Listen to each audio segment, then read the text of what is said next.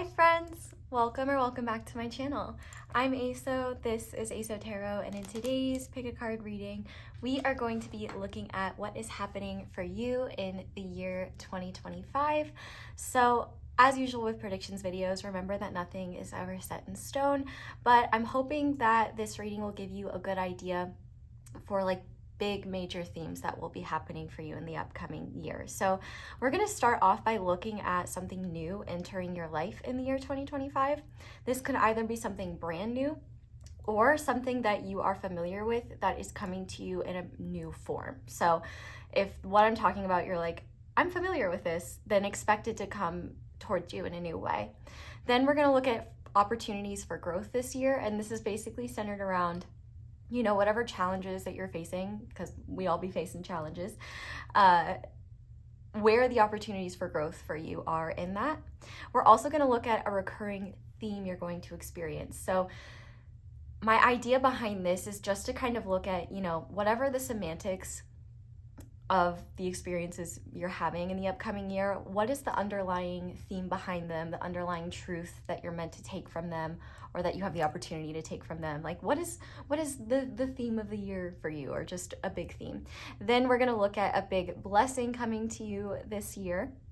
Then we're gonna switch gears, and I'm gonna give you the opportunity to ask up to 3 yes or no questions. They don't have to technically be yes or no questions. We're going to be using a deck that uses answers. So even if the question isn't necessarily yes or no, I think it'll be okay, but I thought it would be great, if you have specific questions about 2025, this is the opportunity to get those answered. And then we're just gonna finish off with guidance for entering the year, guidance once you're in the year in general. So yeah, we're focusing on big ideas in this reading, but if you do want predictions for specific areas of your life, I do know that Kino, the lovely, beautiful, incredible, amazing Kino Tarot, does do specific, like your love life in 2025, your career in 2025. So definitely check her out, send her some love. And I'm sure there's other amazing readers as well doing 2025 predictions. So if there's anything I didn't answer in here that you would like to know about, feel free to support some other readers. I hope you do. But with that being said, we have 4 different groups for you to choose from. Starting with group number 1, we are going to be using the Prism Tarot, and I have this aura-coded moon on top. Truthfully, I do not know what the stone underneath it is. And then for group number 2, we are going to be using the Ascension Tarot, and I have this rainbow Merkaba stone on top. And then for group number 3, we are going to be using the Paws Tarot. I know I've been using this deck a lot, but it's just so dang cute, I can't stop. I really love it. And we have this lemon calcite heart on top. And then finally, for group number 4, we are going to be using the 5-cent tarot, and I have this Pyrite dragon, which is specifically toothless from How to Train Your Dragon. So I have this Pyrite toothless on top. I watched that movie like a year ago. It made me cry so hard. It was so sweet. But with that being said, go ahead and pause the video if you need to decide which pile you feel most drawn to. It's absolutely okay to be drawn to more than one. But now we are going to get into our Make a Wish portion. Intro squad, I want to hear what is something exciting you're doing in 2025, or what is a goal that you have for yourself in 2025. Let's hype each other up. Let's be supportive.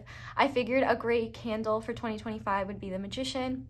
Especially New Year's are the times where we set intentions and have resolutions and things like that. So I thought this would be a great opportunity to focus on manifesting and using our personal power to create the life that we want. So as usual, all my candles on Angelic Magic 888 site, and any candles on her site, you can use code ASO10 for 10% off for. And with the tarot candles, they all come with a mini tarot card inside. So let's see what our mini reading will be about and make a wish. Okay, so we have the 7 of Cups here, and that makes a lot of sense. But before we do that, if you want to just go ahead and focus on the candle and focus on the wish you want to make,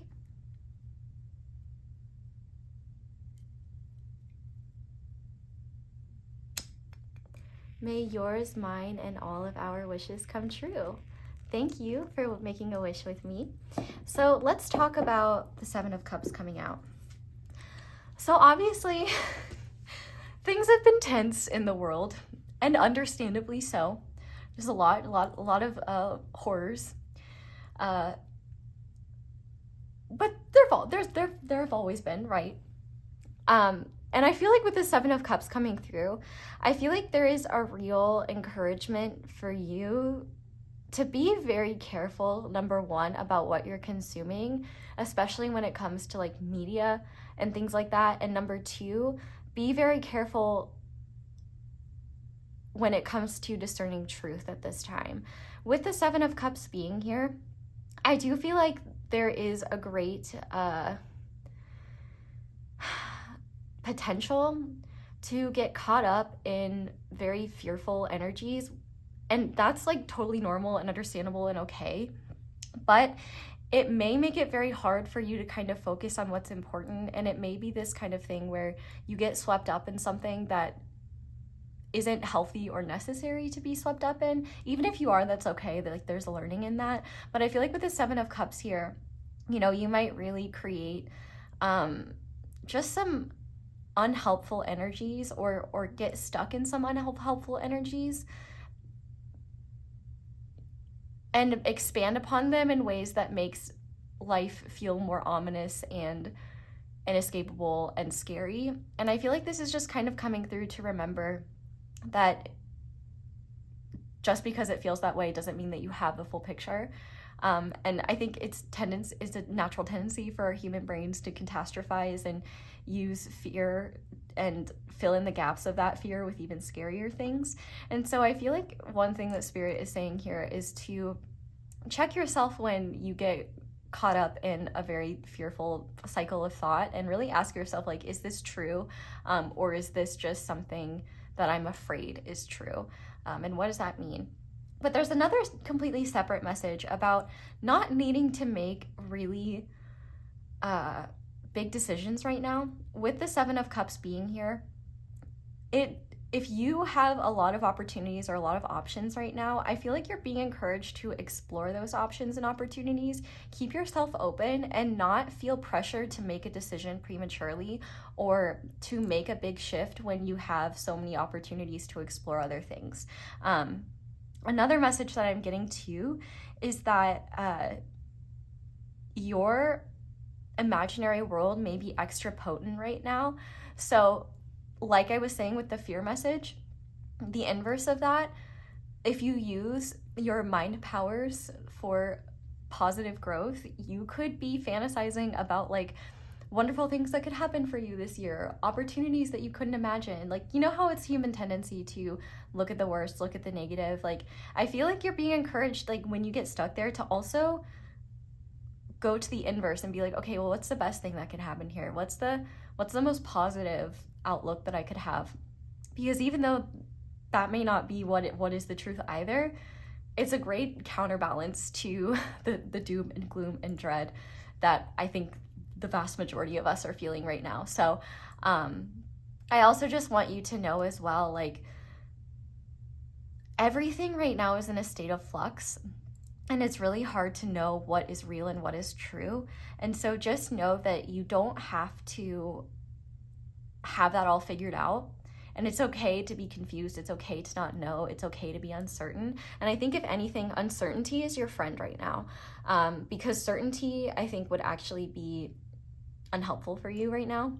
With this Seven of Cups being here, I also want you to pay attention to your dreams during this time. There might be important messages or opportunities for learning in your dreams that you may have. But more than anything, I feel like now is not the time to be super clear and super certain. Now is the time to just be open and observant of what you're experiencing and give yourself space and room to process and just explore without needing like a concrete answer or a concrete like conclusion. But also, if there could be a lot of opportunities coming your way, and I feel like you might have a hard time knowing what to pick. And so that's another example of giving yourself room and freedom to explore your options. But more than anything, just know that this state of flux that you're in is not permanent. You will move forward from it. And I'm called to think about both the 6 and the 8 of Cups. You know, with the 6 of Cups, there's a sense of nostalgia, or returning to the past, or like a reconnection type of energy. And with the 8 of Cups, there's a walking away from what doesn't emotionally serve you. There's a movement towards greener pastures, especially because after the 8 of Cups is the 9 of Cups, when the 9 of Cups is all about wish fulfillment. So just know, like, whatever way you are, wherever you are in your journey, whatever way you are traveling, this 7 of Cups energy that you're in or might be experiencing soon, it's not meant to last forever. And I think the most valuable use of this time is to just be observant around these experiences and take note of what is working for you and what doesn't. So that is all I have for you guys here. We're going to go ahead and get into the readings now. I hope everyone has a wonderful 2025. My heart is with you. I'm sending you so much love, and I just hope that, you know, no matter what happens in 2025, we can take time to be kind to ourselves, kind to others, and just be the best of humanity that we want to see in others. So, okay, let's go to the reading now. Go ahead and scroll down to the description box or the comment section, where I will have all the timestamps listed below. And once you have picked your pile or piles, I will see you in your reading. Hi there, Pile 1. Welcome to your reading, and thank you so much for being here. If you guys chose the Aura-Coded Moon and the Prism Tarot, this is going to be your reading on what is happening for you in the year 2025. So we are going to start by shuffling your tarot for each of the 4 big questions we are asking. If you'd like a full breakdown of the reading, there is one in the intro. As a reminder, with predictions readings, nothing is ever set in stone. But hopefully these messages resonate and bring you more clarity and confidence for going into the new year and throughout the whole year. I also apologize for the messiness of what this spread will likely be, because it's not really, I don't know. Blech. Okay, so we're gonna start by asking, what is entering Pile 1's life that is new in 2025? What is new that is entering Pile 1's life in 2025? This group, we're looking at opportunities you'll have for growth in 2025. Where can Pile 1, or how can Pile 1 grow in 2025? For this group, we have a recurring theme you'll experience in 2025. So what is a recurring theme that Pile 1 will be experiencing in 2025? And finally, what is a big blessing coming to Pile 3 in 2025? Whoa, okay. This kind of flew, so I'm gonna do it like that, and we'll see what happens. Okay. So let's go ahead and start by looking at what is coming to you in 2025 that is new. So to start, we have the Page of Cups. We have You Need to Fall Apart Sometimes, and Ripe Fruits. Okay, this is interesting. So in 2025, I feel like there is what's coming to you that's new is a sense of playfulness, but also it seems like the pathway towards what you've truly been wanting to create is opening up. In 2025, the fact that we have ripe fruits here, it seems like things, number one, are just going to be more potent. I don't know where your Jupiter is going, where Jupiter is going to be in your chart, but you might want to look at that. It just seems like your ability to create, your ability to reap the fruits of your labor, the ability to start different things is going to be more potent in 2025. And the fact that we have the Page of Cups here with play, it seems like the reason why this is new is because I feel like there are going to be things that fall away in your life. Maybe you're already experiencing that, or maybe you'll experience that in the beginning of 2025. And while it might be hard in the beginning, it seems like it'll bring out a new side of you, a side of you that's maybe less serious, a side of you that realizes like what is truly important in your life. And also whatever is falling away is making space and making room for you to focus more on what truly matters to you. So the fact that we have ripe fruits here, like I definitely think if you've been wanting to start or finish a project that you've been holding back on, you're gonna have opportunity to do that. I feel like you could even just find yourself looking at life through new eyes and just seeing more opportunities where you didn't realize they were there, realizing like the beauty that exists in your everyday life that you weren't aware of to begin with.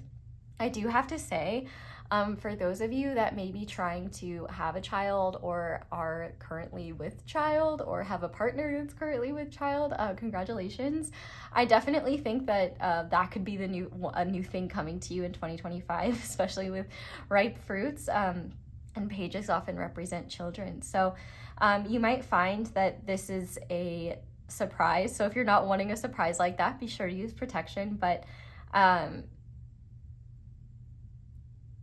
you might find that there's new dynamics entering your life in 2025, especially with family and those that are close to you that you have an emotional connection to, where there's just a lot of richness, there's a lot of opportunity, and I'm actually being called to read the ripe fruits card to you, because I feel like whatever that you need to fall apart sometimes is it seems like there's some sort of structure that has either been imposed upon you or that you have lived by that is no longer helpful or conducive for you to live under or live by. And in that falling apart, you realize that like you can live life on freer terms, and you might find that life is more enjoyable, life is more fun. I'm actually thinking, if you've ever seen The Office, when David Wallace loses his job, and I'm not saying you're gonna like lose your job or something, I'm not saying that like that at all, this is literally just an example, and then he like and they visit him a while after, and he's come up with this like game called Suck It, and he's playing the drums and just really living his life. I feel like that could be happening to you, where things you put on the back burner that you felt like weren't important because they didn't have a practical purpose, or dreams that you wanted to pursue that you couldn't because you just didn't have the time and energy.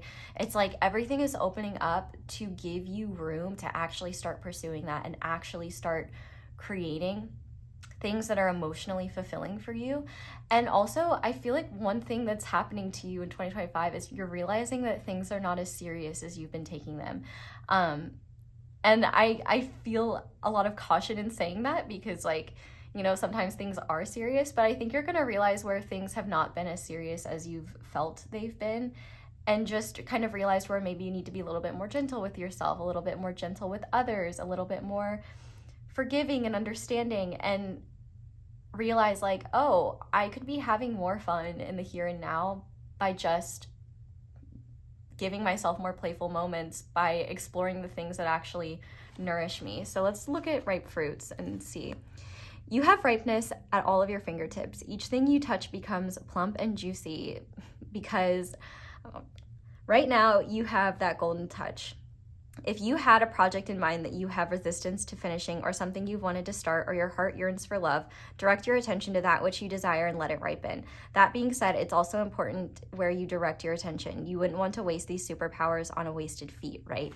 So yeah, like there's, I guess also too with the Page of Cups, you could be meeting a romantic interest or a new really close friend that comes into your life as a result of something else ending. With the you need to fall apart sometimes, I feel like what's new for you is your ability to handle, the things that fall apart that you can't control, and just realizing like, oh, it's okay. Like I can let go of what doesn't serve me anymore. I can accept the things that are out of my control, and actually these things can be really good for me and lead me to a happier life that I didn't even realize was an option for me. And I definitely think life is going to be richer. Life is going to be more abundant in 2025, and I think it's a lot a lot to do with a shift in attitude and a realization of like, you deserve to enjoy your life now and not live by some stringent rules that deny your humanity and deny your happiness. So let's now look at an opportunity or opportunities for growth in 2025. So we have the Four of Wands. We have inspire. The trigger statement is I am stuck, and the true statement is I am filled with possibility. Allow yourself to float up above any thoughts or emotions and see what is needed for you to process them and move forward. And we also have consume things that help you grow. I guess I'm gonna go like this with this. So I definitely think opportunities for growth in 2025 is kind of the same as like what we were talking about here with something new. The Four of Wands is a union card. And I feel like one of your opportunities for growth, well, I didn't even think about the fact that your opportunities for growth are to move towards things that make you want to grow. Definitely hitting that word count on this essay, right? And I feel like there are times where you're going to feel really discouraged, where you're just like, oh, I'm the same version of myself. Like, I know I should be enjoying this, but I feel like shitty about XYZ, or I know that I should be embracing this and be happy about this, but for some reason I just can't seem to like embrace it. And I feel like that's your challenge. Number one, to accept when, even though you have every reason to feel good or feel inspired or feel hopeful about what you're headed towards, you just can't. Honor that. But also, I feel like you just have opportunities to be more of yourself. Like, I just heard 2025 is my year. And you know how, like, a lot of people say that no matter what actually happens and what the year is? I feel like this really is your opportunity for 2025 to be your year. And in a lot of ways, it's your year to choose you. It's your year to choose what has a place in your life and what is a waste of space. What gives you a feeling of freedom and optimism and inspiration that you haven't had previously. I feel like, especially if you're the type of person who's really attached to the way things are or gets kind of stuck in ruts because you're afraid of change, I feel like your opportunities for growth in 2025 are to really embrace the changes that are happening and see how much better, lighter, and more exciting life can be as a result. It might be scary and uncomfortable and weird, but I feel like there's a lot of freedom to come from it. For some reason, I'm thinking of the movie Spirit, like the animated horse movie.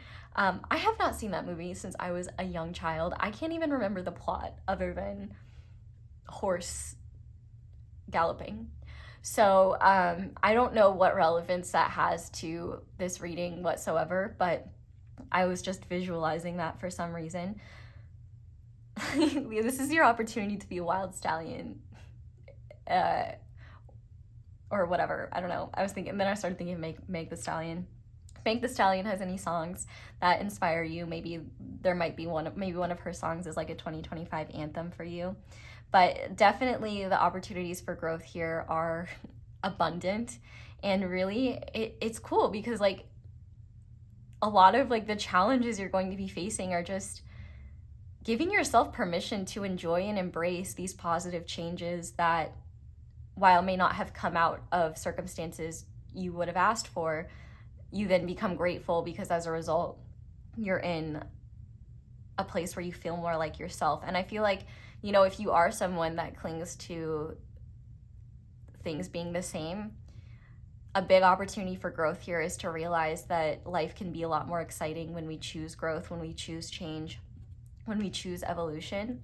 And I think what you'll find is as you move through this process, it feels really good to just face the unknown, face your fears, and see where life leads you and see how good that can feel, because you're going to have a lot of opportunities to celebrate this year. You're going to have a lot of opportunities, and it doesn't even have to be big things, like small things, like, you know, celebrating the fact that you chose to do something nice to yourself, nice for yourself, instead of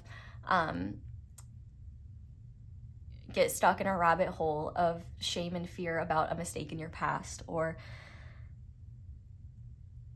celebrate the fact that you might get discouraged or feel stuck, and then you find a way to remember all the possibilities that can happen and you take a step forward instead of staying where you are.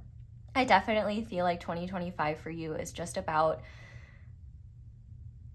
embracing the fact that you're allowed to feel good, and realizing that, especially if you are a creative person or someone who wants to explore their creativity more, you will get a lot more inspiration from growth and uncertainty and challenges than you will from just staying in the same spot all the time. And I think you'll realize, like, you feel more alive, life feels more dynamic when you are engaged with it in an empowered way. I definitely feel like one of the opportunities for you is to stand in your own power and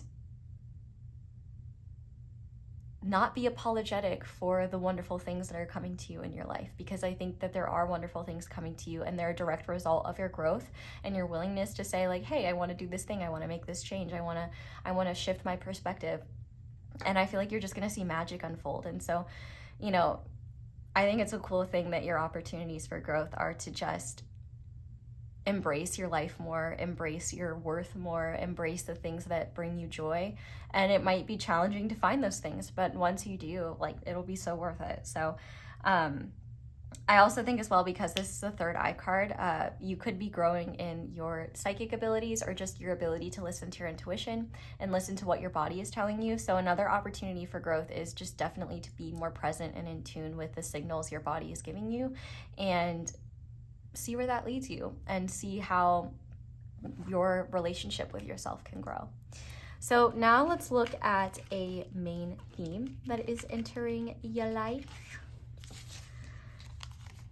So for that, we have the Seven of Pentacles. Yes, I love this. We have I am authentic.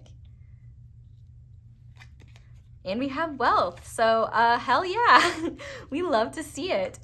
So a main theme for you in this upcoming year is that you are going to be succeeding. Things that you've already been working on are going to continue bearing fruit. Things that you've already been invested in that maybe you walked away from, or maybe that you were worried about, whatever is occurring in this upcoming year that is giving you more time, freedom, and room to focus on those things, I think you're going to find, number one, that you're very grateful for the investment you already put in, and number two, really grateful that you have the time and energy to put more energy and into them.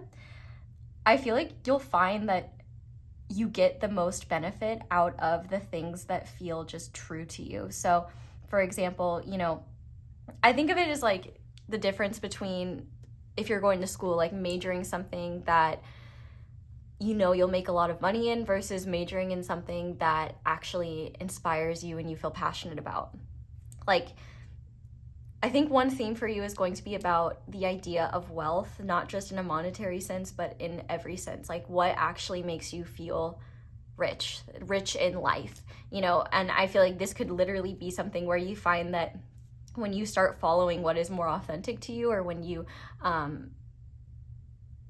choose the path that's like right for you, that just feels better, feels good, feels authentic, it doesn't feel so challenging to follow it, you might find that there are riches that you didn't even consider that are very valuable to you. Like, for example, your time, your energy, but also you may find that you have opportunities to make way more money in these endeavors than you realized. Like, you might find that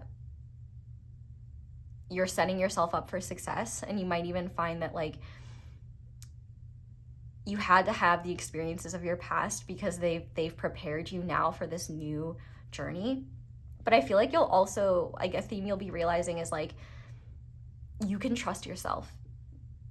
I think that you have an excellent ability to care for yourself and anticipate the future, and that's all the more reason why you should give yourself more leniency and more room to embrace more freedom, to embrace what you enjoy. But I also think a running theme this year is going to be patience, and recognizing that you don't need other people's approval in any sense. I feel like this year is going to be about deciding what's actually valuable to you and deciding what is actually true to you. Because there are going to be opportunities for you to weigh things, like where on one hand it's like, okay, well, this is practical, this is reasonable, this is safe. But on the other hand, this is maybe more of a risk, but it's not such a risk that I could get myself in a scarier position. This excites me. This makes me want to get out of bed every day. This feels good, but other people might not understand it. Those are, you know, two very different things, and it's okay to choose either. But I feel like you're definitely at this place where you're just ready to shine. Like, you're ready to get more out of life. And I think that what you're going to find in this upcoming year is that the decisions that you make based on practicality and what you think you should do, you'll find yourself being really bored. You'll find those things quite exhausting, and you'll find those things to be like very tedious, and ask yourself, why did I do this? And the choices that you make because they're authentic to you, because they feel right, and they're still within reason of what's safe and healthy for you, you're gonna be like, why didn't I do this earlier? Why like, I should do this more often. Like, this is so fun. And one thing that I think you're gonna find as well, that I do want to warn you about, is you might experience people trying to dim your shine, or not really understanding your perspective, or really trying to keep you small. And I think what you have the opportunity to do is to realize, like, number one, that no matter whether someone is coming from a place of concern or not, it's really none of their business, the choices that you make. And more often than not, you know, people that live small and that view things through a lens of lack, like, they do not really enjoy seeing someone live life more fully and see the good side, see the positive. I definitely think that you're going to have the opportunity to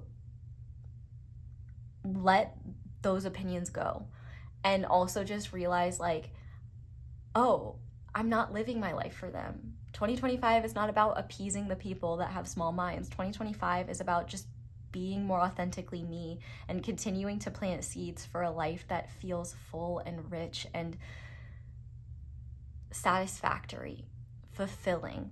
Like the type of life that you dreamed about when you were a child that seemed so possible and so within your reach, that, you know, only feels lost to you because of the rigorous conditioning we experience in society. I definitely think that a running theme for you is just going to be about what's truly valuable to you. And also a running theme is going to be a realization of how good it feels to be authentic, and how good it feels to make the right choices for you, and how those choices can actually make your life richer, make you wealthier in a literal sense, but also in a figurative sense in terms of the experiences you have, you know, the people you meet, the life that you live, in the words of Project Pat.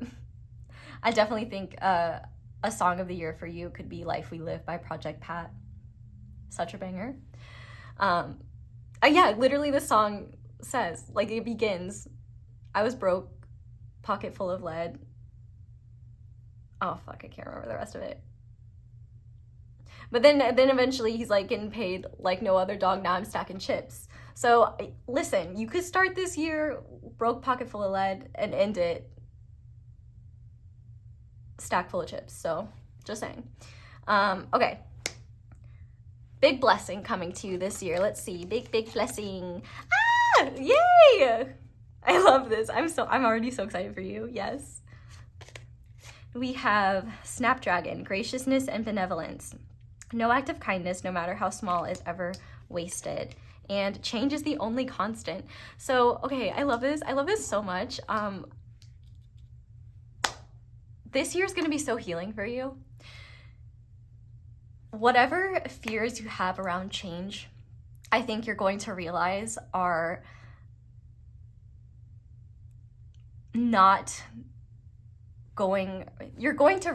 not worth valuing over your actual dreams, your actual desires, I think you're going to realize that change is not scary as it feels. And the biggest blessing that you're going to be receiving is how things are just going to come together for you. Like, you might be right now watching this video being like, everything is falling apart. I feel like I am a failure. I feel like nothing is working out.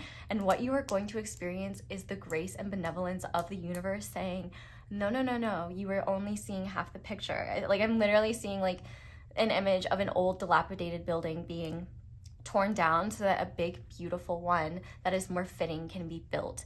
And I feel like that you are going to be experiencing continuously this year how doors open up for you magically when you just do what lights up your soul and what feels good. You're gonna find it so healing to just be like, oh, like every part of me is saying yes, except for my mind, which is like, man, we should do the safe small thing that we know will make us miserable. And you're not gonna listen to that. You're gonna be like, no, we've done that. We know what that is. It's not worth it. And the fact that we have graciousness and benevolence, like, I feel like this year is going to soften you in ways where, number one, like we were talking about earlier, you know, if you feel like you've been taking things too seriously or you've just been too tense, I think you're going to have the opportunities to realize where you can let go of that and, you know, let your hair down a little bit, go a little wild, have a little fun, you know, do fun things. Be silly, be nice to yourself, be nice to others.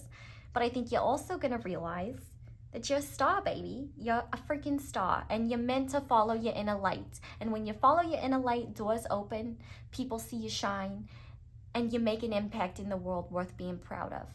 That's what you're gonna be doing. And the universe is gonna support you. So the biggest blessing here, massive amounts of healing. Shining your light in ways that inspire others. I don't know why I'm talking like this, but it's really fun, so I don't really want to stop.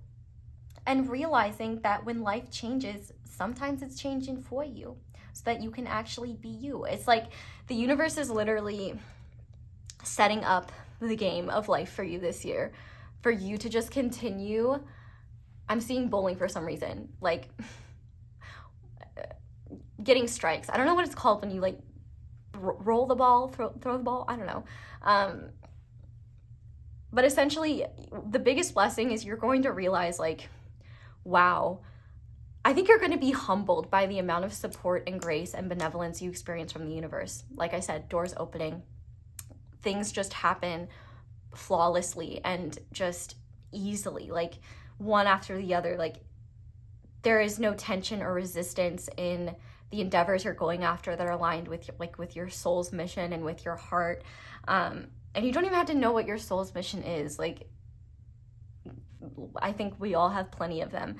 But in your case, it's like you're getting your spark back and your desire for life again, your hope, your optimism, your faith in something greater than yourself, and your faith that in the fact that you can co-create a beautiful life for yourself. And in fact, the universe does not want to punish you. The universe wants to support that.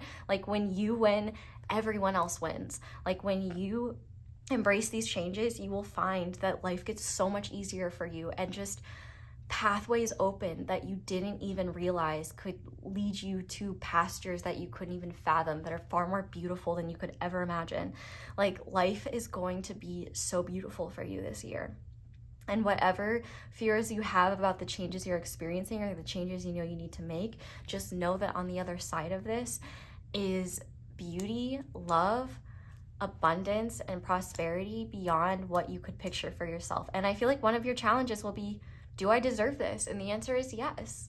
You deserve this. You deserve to enjoy this. You deserve to embrace this. And I think that you are just going to be so humbled by the way that the universe co-creates with you this year, and the way that you return home to yourself and realize, like, I feel like you're going to be waking up from kind of like a zombie mode where you've just really been stuck in like certain conditioning. It's just almost like your spark hasn't been here, like your spirit hasn't been here with you, and you're coming back to that this year. And I think your spirit is taking the wheel, your higher self is taking the wheel, and you're going to be making decisions where you don't even know why you're making them. You just know, you know that you need to, and then you understand why when you do, and you're just like, wow, I'm so glad I did that. I'm so glad I chose that. And yeah, I'm excited for you, Pile 1. You're gonna have a beautiful, beautiful year, and faith will be restored in yourself, in the universe, and in the unknown. So now I'm going to give you the opportunity to ask 3 questions about your upcoming year. So you might want to write those down. You can do that before or after I shuffle. Would be best to have them in like a yes or no format, but if you have a specific question you feel called to ask, feel free to do it. You don't have to do 3 questions. Maybe you only have one. Pick the one you feel most drawn to, but essentially I'm just going to pull 3 cards and then we'll see what the answers are for them. So go ahead and pause the video now if you need to figure out those questions, if you need to write them down or anything like that, but I'm gonna keep them face down too so that you can kind of sense the energies as well. So Spirit, what is the answer to the first question pile 1 they have? I'm hiding it so you can't see it. I didn't see it either. Okay, so this is the first answer. What answer to the second question? What is the second answer that you have for pile 1, please? Okay.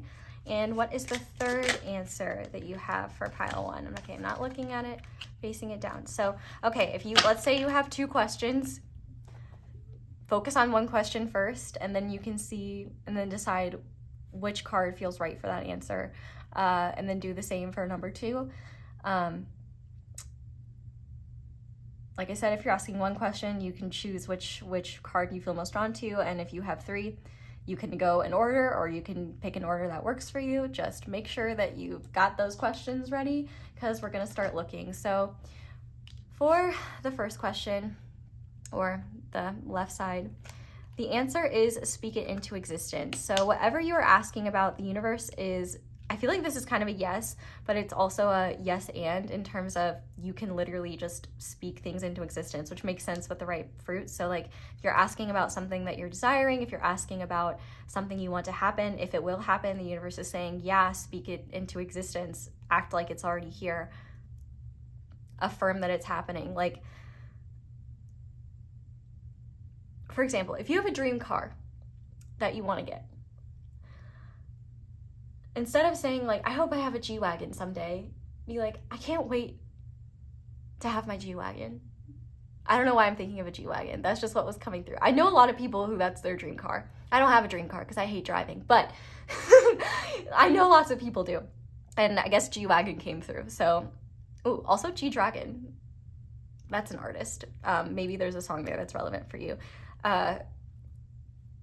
Anyway, next question.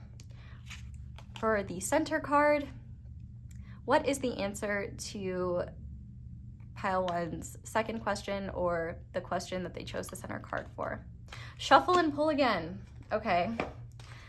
What is the answer to the second question, or the center card for pile 1's?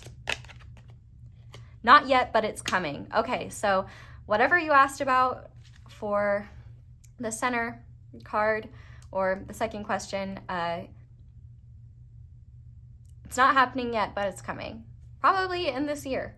And then finally, the third question, or the question that you assigned for the card on the right side of the screen, we have a block exists. Okay, so it seems like there is some sort of block to making this happen. I'm just gonna pull again and see, like, what can you tell us about this block? How can we remove this block?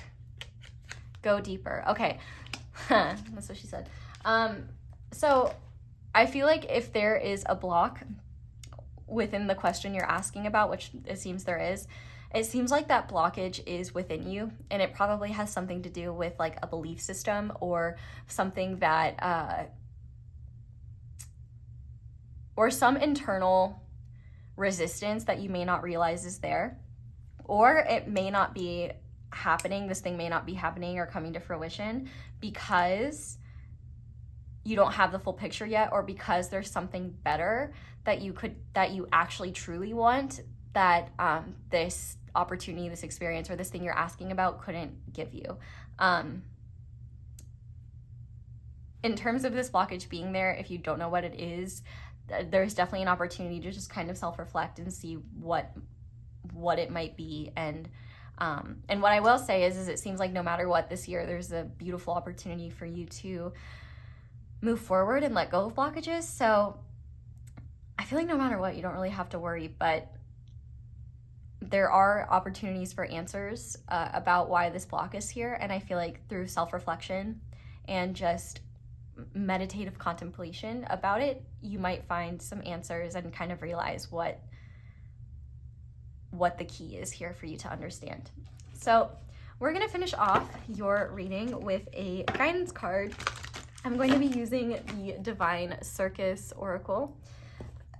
And we're just going to be kind of asking what guidance you need coming into 2025, if it's already 2025, what guidance you need at this time.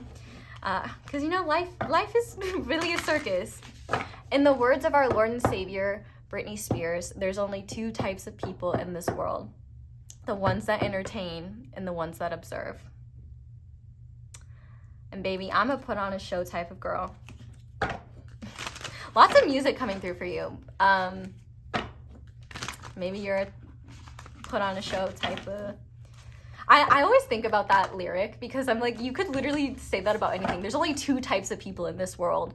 Ones that wear blue shirts and ones that don't. Like... It's just such a funny lyric to me.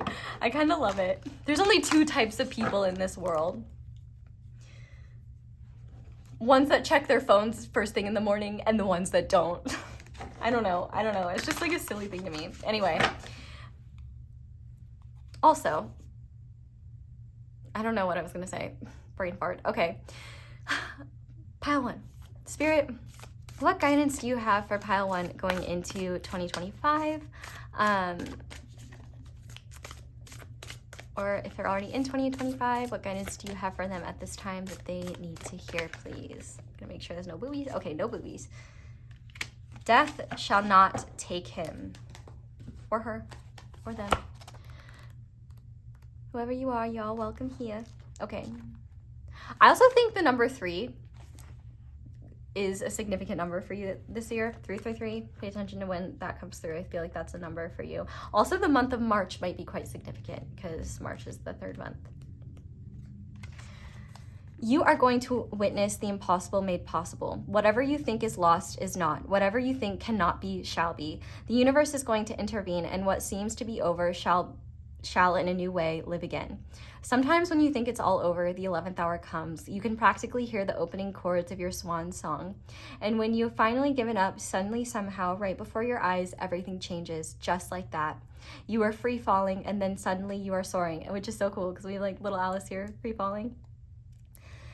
Fate steps in, destinies are altered, and life demonstrates its creative, restorative power if all seemed lost. The oracle of death shall not take him is a sign. No matter how defeated you feel, no matter how many dead ends you've encountered, how many setbacks, how many failures, no matter how impossible success may seem, the universe is going to step in and the right things in your favor. You will succeed, even through apparently impossible odds. The heroic spirit within you is going to get its way. I told you. I love being right. If you really must doubt for one moment longer, then replace doubt with trust and participate in the divine defiance of life, refusing to be crushed. The universe wants to dazzle you with an unexpected triumph. Hello, the star. Why not just relax and bear witness to the impressive display of life-giving power with reverence and delight? So there is a healing trick here. If you would like to do it, you can screenshot it right now.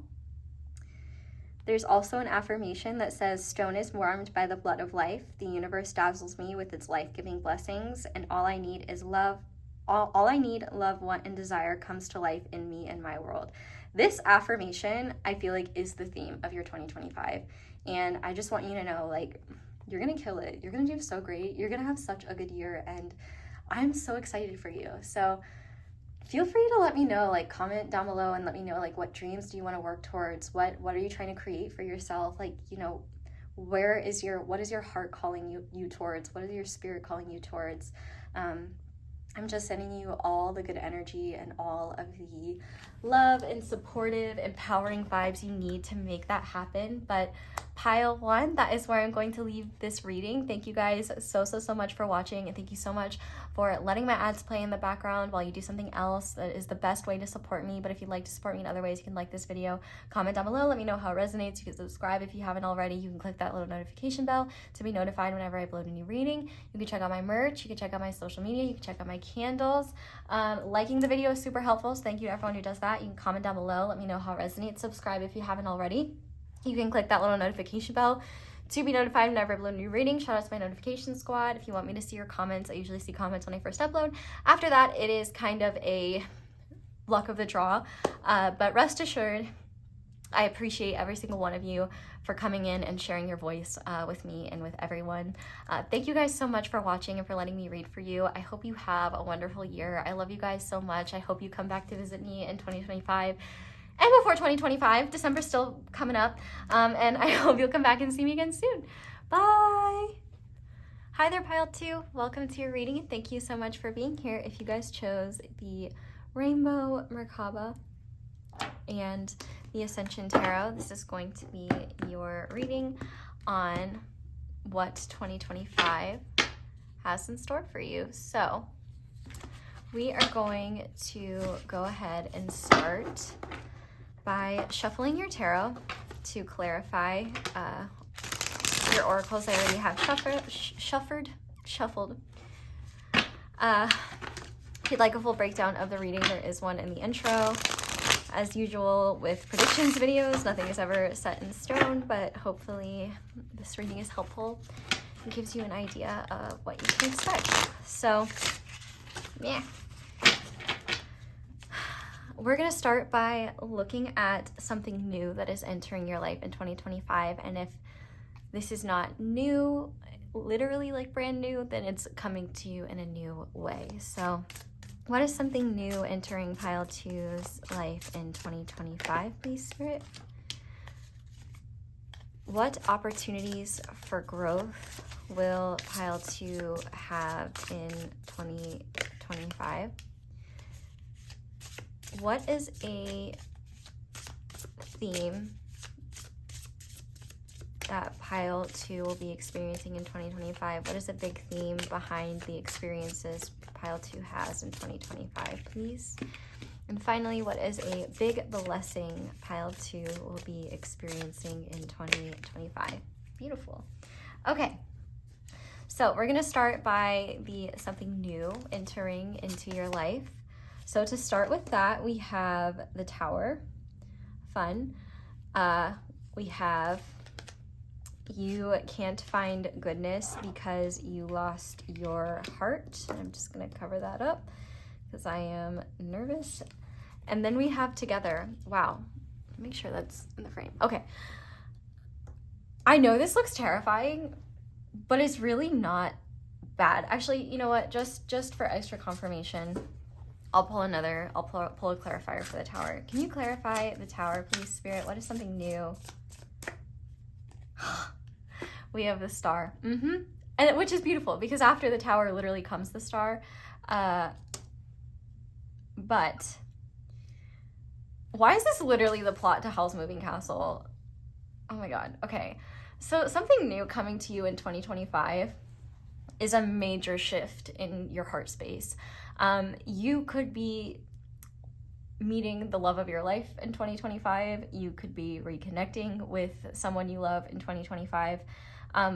But more broadly and much more literally, I feel like you are having either a heart awakening or a heart expansion in 2025. I feel like, let me just read what this card says because I think it's really fitting and I think it'll be helpful. It's 39. Okay. In a world that keeps turning, keeps moving forward, there is not always the time and space to recover from wounds and traumas. In order to function, make the rent, appear like you are okay. You abandon your heart because it's too hard to face it. Healing isn't always hearts, rainbows, and bubble baths. However, it's super nice when it is that way. Healing is also looking at your broken and blue heart and how it got that way. Learning to cope and step forward is sometimes all that you can do, but don't forget that other people in that other people are in your life and they might try to touch your heart. So you might have to travel back and make amends with what you abandoned to survive. It's not easy. I know you can do it. You can dive deep into your fears, the hard times, and the tender broken bits because you are strong. Look at you. You know that. So I literally feel like you are having, in this upcoming year, a profound shift in your ability to be vulnerable with life, your ability to connect with others, your ability to live from your heart, and your ability to heal from things that have kept you protecting your heart, protecting yourself from the ways that love is trying to reach you. So if you're already in a relationship, for example, with someone that you love, there might be some significant change that happens that's really hard for you, that's out of your control, but it leads to great opportunities for healing, great opportunities for connection, and you'll get to experience the support not only of your partner, but the opportunity to get closer to your partner through this process and see the blessings in change that you can't control. But the Tower is literally like, what's coming to you that's new is barriers that you've had to keep your heart safe. You don't need them anymore, and they're coming down because you're going to be engaging life with more love. And if you felt really disconnected from your heart space, this might be a really welcome change. But if you're very comfortable in the kind of boundaries you've set with the world and with life, you might find that this is a particularly challenging thing to embrace. But okay, your assignment is to watch House Moving Castle, because this is so House Moving Castle coded, and you literally have two of the main characters in this card. And so I feel like there's a big message here that there will be something new that's coming to you, is the concept that you are not alone will actually ring true and will be cemented in your psyche in a way where you're open to trusting people more, you're open to trusting life more, and you're no longer turning away from what your heart might be telling you, the desires your heart has, the desires you might have to connect, and your need for connection. And this isn't just in a romantic sense. This is in so many senses. This is just with anyone in your life that you love and care about. Connecting to others, connecting with the world. It's really easy to get caught up in, our egos or, our heads, and really miss out on deeper forms of connection, miss out on opportunities to be truly present. And I feel like something new that you might be experiencing is support from people. Maybe because you ask for it, or maybe because you meet them and realize wow, these are my people, this is my person. There's a lot of healing and a lot of hope. And I feel like what is happening for you that's new, or coming back to you in a new form, is not only deeper faith in yourself, but deeper faith in the kindness of others, deeper faith in the goodness of others and the goodness of yourself, and the recognition that you are just as worthy of love as everyone else. And not just one form of love, romantic love is a form of love, but it doesn't have to be that kind of love. There's so many forms of love, and I feel like what is coming to you in 2025 is a recognition that you're not alone, a recognition that there is countless forms of support available to you. And sometimes in order to get that support, we have to be vulnerable. We have to open up our hearts. We have to be honest about how we're feeling, or being honest about what we need. And I think that is going to lead to really powerful experiences of connection, and just experiences of fulfillment, and just feeling tethered to this planet in a way that isn't unhealthy, but rather if you have a hard time being on planet Earth, or if you've just had a hard time with life in general and just wished you were elsewhere, or wished that things were different, I feel like you're going in 2025 going to be feeling really grateful that you are you, really grateful for the experiences you have had that have led you to this point, and really grateful that whatever challenges you are going through, not only are you not alone in them, but that there are people who love and care about you that want to be with you through that process, and vice versa. I feel like you're going to be experiencing true love in 2025. And like I said, that could be in a romantic sense, that could just be in a self-love sense. I feel like this is just an expanded worldview of love. This is embracing unity consciousness. This is embracing the love that exists within everything, even if it's not apparent.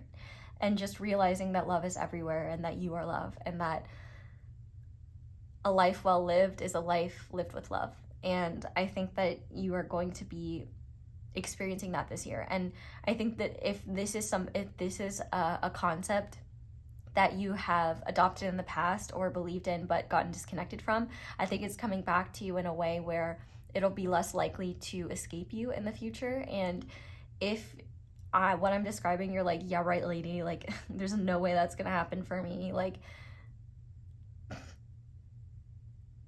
okay,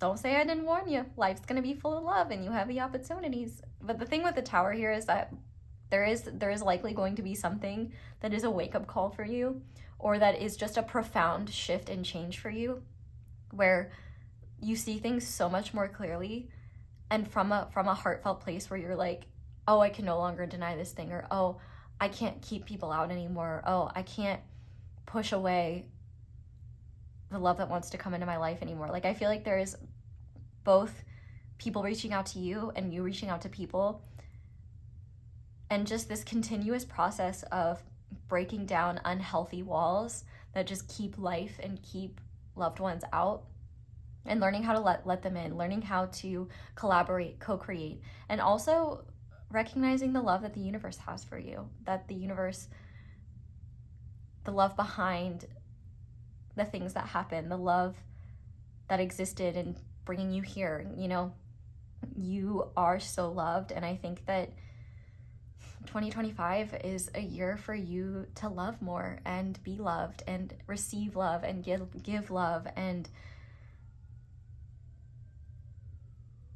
realize that, like, life will always be dry when your heart isn't able to be a part of it. And I definitely feel like the experiences you have this year will cement the importance of cultivating love in your life, sharing love, receiving love, and letting your heart be a part of the picture in a way that maybe you just haven't, and realizing that love is one of the most powerful forms of healing there is, and that you don't have to be defined by your past. You don't have to hold on to some sort of ego construct that you are truly alone and no one will ever understand you, or no one will ever, get you, and realize that there are tons of people who want to love you, want to understand you, want to support you, want to grow with you. And when you open yourself up to them, you find life opens up for you too.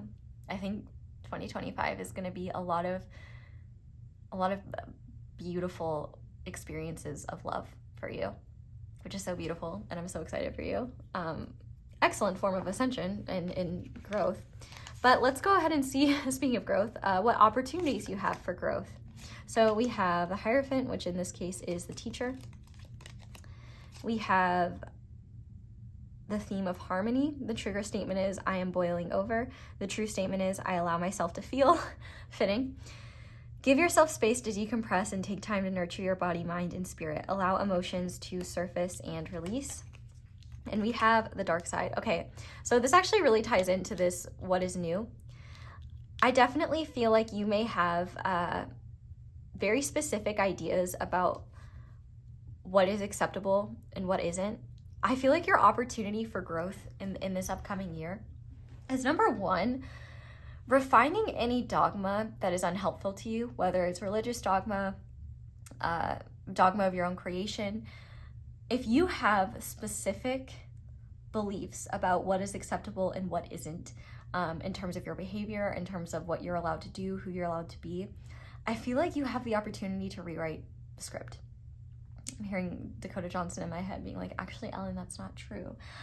In the sense that I feel like a big opportunity for growth here is to look at the foundations of how you live your life, and whether they are constructive or not, whether they are supportive and nourishing and helping you grow, that they feel aligned with you still or not. Because it seems like there's something in your current belief systems that make you feel like for whatever reason your emotions aren't okay, or that if you feel your emotions, you are somehow bad. Especially if you are in a leadership position of some sort, or if you are a guide of some sort, or if you have been taking the advice of someone that you look up to and respect that has told you, you know, you need to get a handle over your emotions, or you shouldn't let your emotions guide you or affect you. I feel like your opportunity for growth this upcoming year is to actually take a look at what within you've been neglecting. And I think a big thing you've been neglecting is your emotional body. And I feel like one opportunity for growth is to realize that by denying your experience, by denying what you feel, by denying your opportunity to express that or experience that, in order to keep the peace or appease others, you might be creating harmony externally, but that creates a lot of disharmony internally. And I feel like there's a lot of attributes that you have that you believe are bad or wrong, maybe because they are not widely accepted or widely supported by society. And I feel like what you are meant to realize is that, number one, you will suffer when you deny these parts of yourself. You know, obviously we need to apply wisdom in how we express and share emotions, but there's nothing wrong in feeling them. I think that an opportunity for growth in this upcoming year is to stop pretending like you're okay when you're not, and to actually give yourself space to experience that. Give yourself space to feel dark and ugly emotions. Give yourself space to acknowledge what isn't working for you. I also think you have the opportunity to look at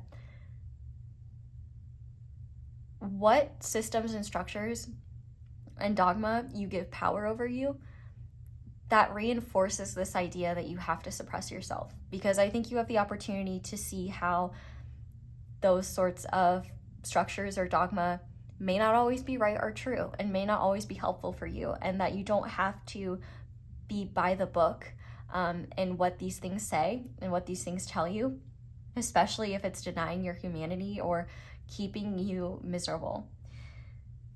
I feel like this upcoming year is a powerful opportunity for you to gain more wisdom, and that wisdom will be gained by looking at the parts of yourself you've been neglecting and actually see what they're trying to tell you. And that isn't always easy, and it does sometimes take time. But one thing I'm hearing is that even if you avoid these parts of yourself, there will be events that occur that bring to the surface these neglected parts of self, where then you will be able to see more clearly what this is saying to you. So like, for example, you know, we have this trigger statement of I am boiling over. You know, if you've been experiencing intense rage, you're not a bad person for feeling intense rage. But if you're like, oh, I'm feeling rage, I shouldn't feel that, I need to get over that, that's not really very helpful, right? But if you actually look at that rage, what is it trying to tell you? You know, anger is usually a sign that a part of us feels disrespected, a part of us feels unappreciated, or feels like we haven't been treated properly. You know, anger is a protective emotion to remind you and show you when something isn't feeling good, or something isn't fair to you, or something isn't right. You know, I feel like I'm not wording that very well, but I think that one of your opportunities for growth is to let go of the idea of perfection, or let go of the idea that in order to be a good leader or be a good teacher or role model, that you always have to be perfect, that you always have to be sunny side up, that you always have to be the bigger person and doing the right thing. Because sometimes you will make mistakes, and when you are in a position of leadership or in a position of guiding others, it is so important for them to see you be human, and also see that even the people that you look up to can make mistakes, and that's okay. And that's how you gain wisdom. That's how you grow. I definitely feel like through the process of this year, not only do you have the opportunity to learn so much more about yourself, but you also have the opportunity to let go of beliefs and ideas and dogma that has really suppressed you and made you feel bad about yourself, and that probably has contributed to your desire to keep people out and keep these walls up, and realize like you are just as lovable when you are messy, when you are mad, when you are frustrated, when you're scared, when you're sad, when you're uncertain, as you are when you're happy, when you're supportive, when you're helpful, when you're loving, when you're giving. I definitely feel like you have the opportunity to accept all parts of yourself and discover how whole you can truly be. And by just realizing that you already are whole, and that the parts of you that you deny, the parts of you that you avoid, you will feel fractured as long as you ignore them. You know, your wholeness is inherent, but you can't feel whole if you don't allow all of your, I hate my rotted brain. If anyone's seen The Nightman Cometh, it's an episode from It's Always Sunny in Philadelphia. Gotta pay the troll toll. You've got to pay the troll toll to understand what's going on in your soul. Okay? And the troll toll is looking at the parts of you that you think are ugly and that are bad. It's not the same type of troll toll from the show, but I definitely think that there's beautiful opportunities for being embraced. And I'm thinking about, you know, I'm pretty sure this is No Face from Spirited Away. And if you remember, you know, everybody kind of ignored No Face, and when No Face was shown, like at one point No Face is like consuming everything. Like he can't stop consuming and just like eating everything. And I feel like in this way, you know, if you have a compulsive behavior that you can't seem to stop, whether, for example, it's something like if you have any like addictive behaviors or compulsive behaviors that you're really wanting to change or just really wanting to, you know, work on, I do think that these behaviors are directly tied to a denial of emotional experiences and like kind of a product of some sort of self-neglect that, you know, that is showing itself through this compulsive behavior. So I feel like you really have an opportunity to get a handle on that and improve that. And also just realize like you need to be human. You need to give yourself the room and the freedom to be human and be flawed and be messy. Otherwise, like you are going to be miserable, and you are also going to miss out on so much richness that life has to offer. You know, you're not here to be a perfect specimen of human. That job's already fulfilled by me, sorry. Just kidding. But you're here to be you.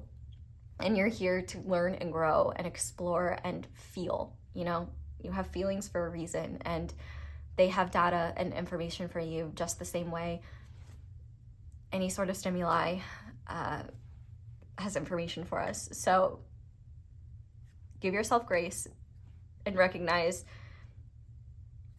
if there's any guidance from someone that you view as an authority. Just know that especially if the guidance they're giving you isn't helpful or useful, you don't need their approval to change your approach.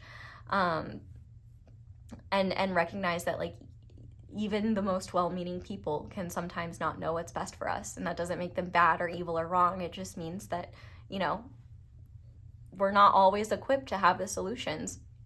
And I feel like if you are in a position of leadership, in a position of guiding others or supporting others, whether being a teacher or something else, you have the opportunity to put yourself back into the equation and realize like, I can't be an effective leader. I can't be an effective guide or supporter or teacher of others if I don't include myself in the growing, in the learning, in the healing, in the exploring. So that's definitely an opportunity that you have in 2025. But let's go ahead and see what theme is going to be recurring in 2025. So by theme, I just kind of mean like, you know, whatever experiences you have, what is a message that you keep coming back to, or what is a message underlying a lot of experiences that you're going to have in 2025? So For that, we have the King of Swords.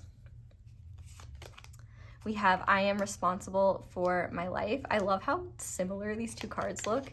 And we have don't ignore your problems. Okay, so a big recurring theme here is, okay, how do I word this?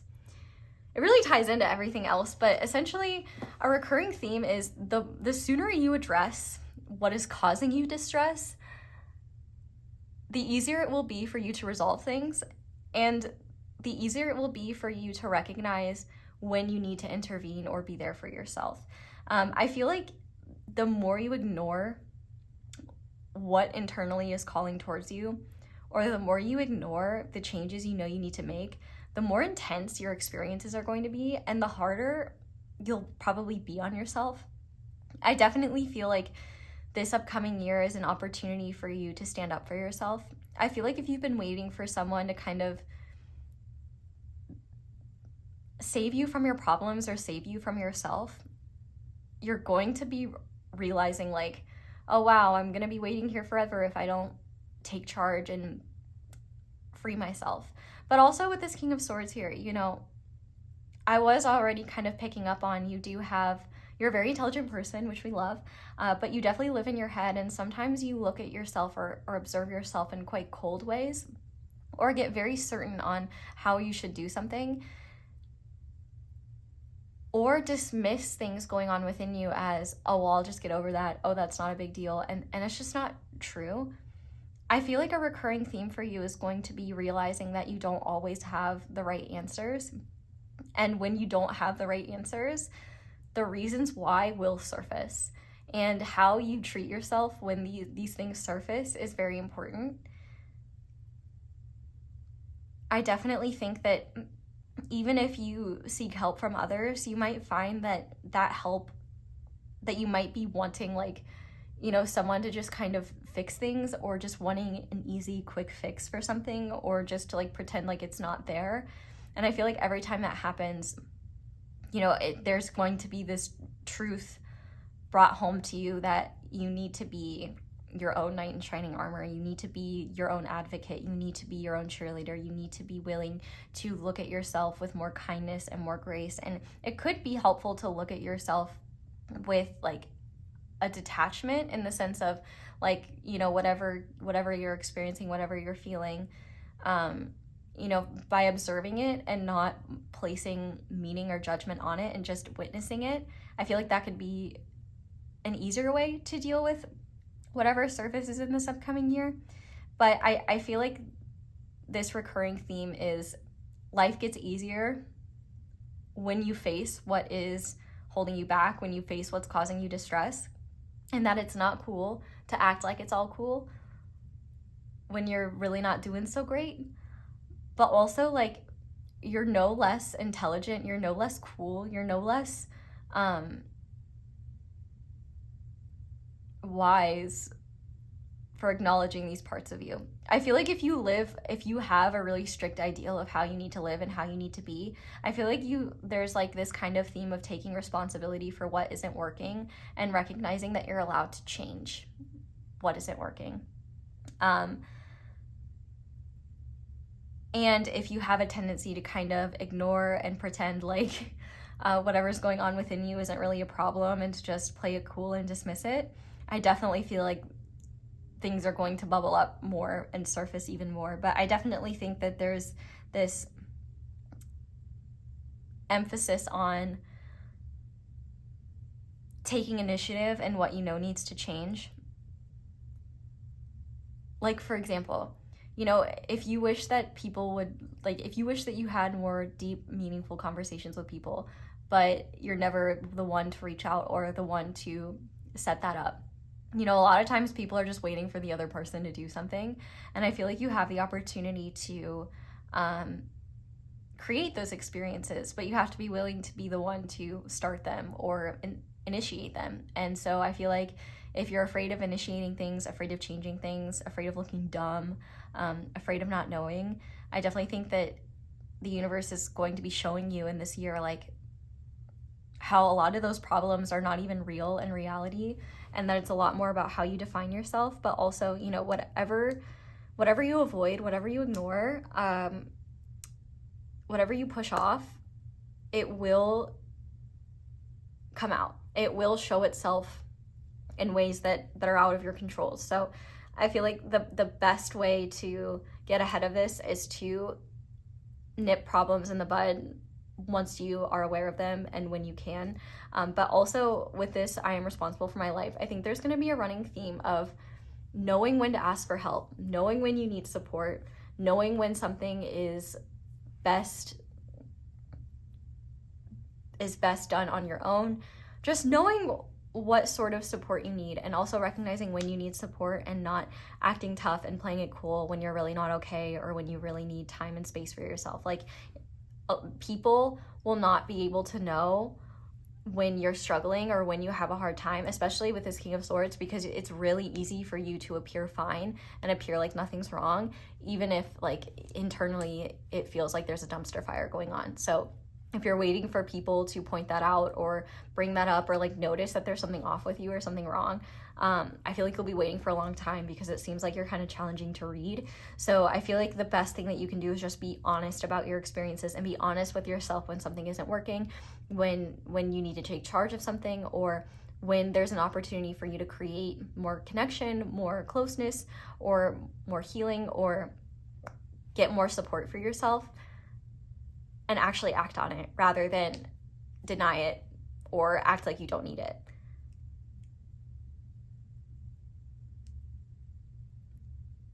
I think you already know that you're responsible for your life, but I think that there's just also a recognition that it's okay to not know how to solve a problem, and that even just the pursuit of doing so is a beautiful thing that will lead to lots of awareness and wisdom in the future, in your 2025. So let's now look at a big blessing coming to you in 2025. We have the Soul. So this is a unique card in this deck. Maybe it represents the Fool. I don't know. We also have Dahlia with Dignity. A wise man has dignity without pride. A fool has pride without dignity. Just makes me think of that Simpsons episode where Kirk Van Houten draws dignity.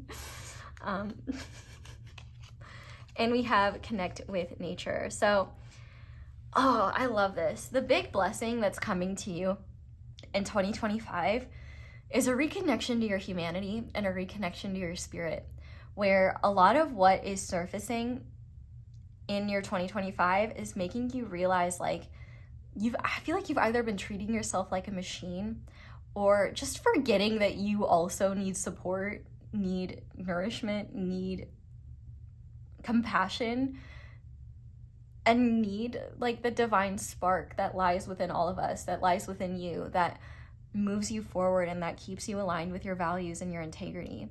I feel like if you've been stuck in situations where you feel devalued, or you feel disrespected, or you feel like you have to be only one version of yourself in order to be accepted, you're going to be realizing like how unfair that is, and how you don't have to hold on to that idea anymore. I feel like there's a beautiful opportunity for you to literally spend more time in nature. You might have more time off, or just might find yourself being really drawn to plants. Maybe you'll start a garden, maybe you'll just start going outside more. But in that process, I feel like you'll not only connect to your humanity, but connect to that magic that exists in all of creation, that exists in you, that exists in a flower, that exists in a tree, that is life. And just recognizing the greater beauty in that. I feel like a big blessing is a reconnection to your soul, where you're looking at the ways in which you've been denying your humanity, denying yourself opportunities for joy, for connection, for closeness, and realizing like you don't have to have all the answers. You don't have to be perfect. You don't have to keep yourself small in order to get acceptance. I feel like there's this blessing is really about a powerful letting go of anything that doesn't support you and align with you, and a reclamation of your spirit in a way where you can no longer deny that which corrupts and corrodes your spirit. So like, for example, you know, if you're in a group where you have to be like a very analytical version of yourself, and the mere mention of feelings would make people disrespect you, like that's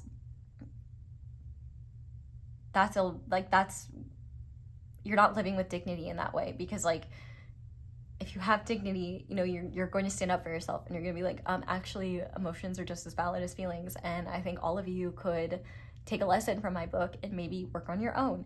But more than anything, this blessing is just a bigger reconnection and reclamation of what's actually true to you, and standing in your power and saying no to what keeps you small, what keeps you disempowered, what makes you feel like you're not worthy, what makes you feel disrespected, and realizing like you deserve respect, kindness, appreciation, love, support, mutually reciprocal relationships, and experiences where you're valued and heard. And sometimes in order to get those, we have to make brave decisions. We have to stand up for ourselves. We have to be willing to let other people not agree with us. We have to be willing to look silly. I'm hearing that quote from Rick and Morty where Rick's like, your boos mean nothing to me. I've seen what makes you cheer. I feel like that's your vibe in 2025. Like, the people that don't support a whole pile two, and that can only accept a fragmented pile two, they gotta go. They gotta go, or they gotta ship up. They better shape up or ship out, because they don't have room in this beautiful life that you're cultivating for yourself in 2025. And really in everything in 2025, you're going to be continuing coming back to yourself in ways where you're growing and you're learning and connecting to your spirit. And it doesn't even have to be conscious.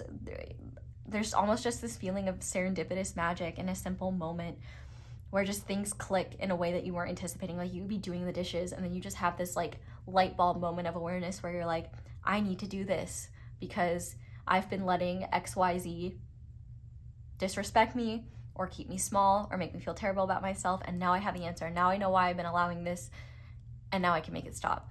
Or you have this moment where you're just sitting in nature and you just feel a part of it, and an understanding that you are part of it, and that you're beautiful. And like, you know, when you go in nature, you see all different forms of beauty, right? And recognizing that you're just another one of them. No two trees are the same, no two flowers are the same, but that doesn't make them any less beautiful. And just like you know, your perceived imperfections are part of you too, and are just as lovable, and the right people will be accepting of that. We can all grow, we can all be better versions of ourselves, but I think that the biggest blessing is you will no longer be able to stay in situations with people or even consume media that denies your spirit, denies your humanity, denies your authenticity.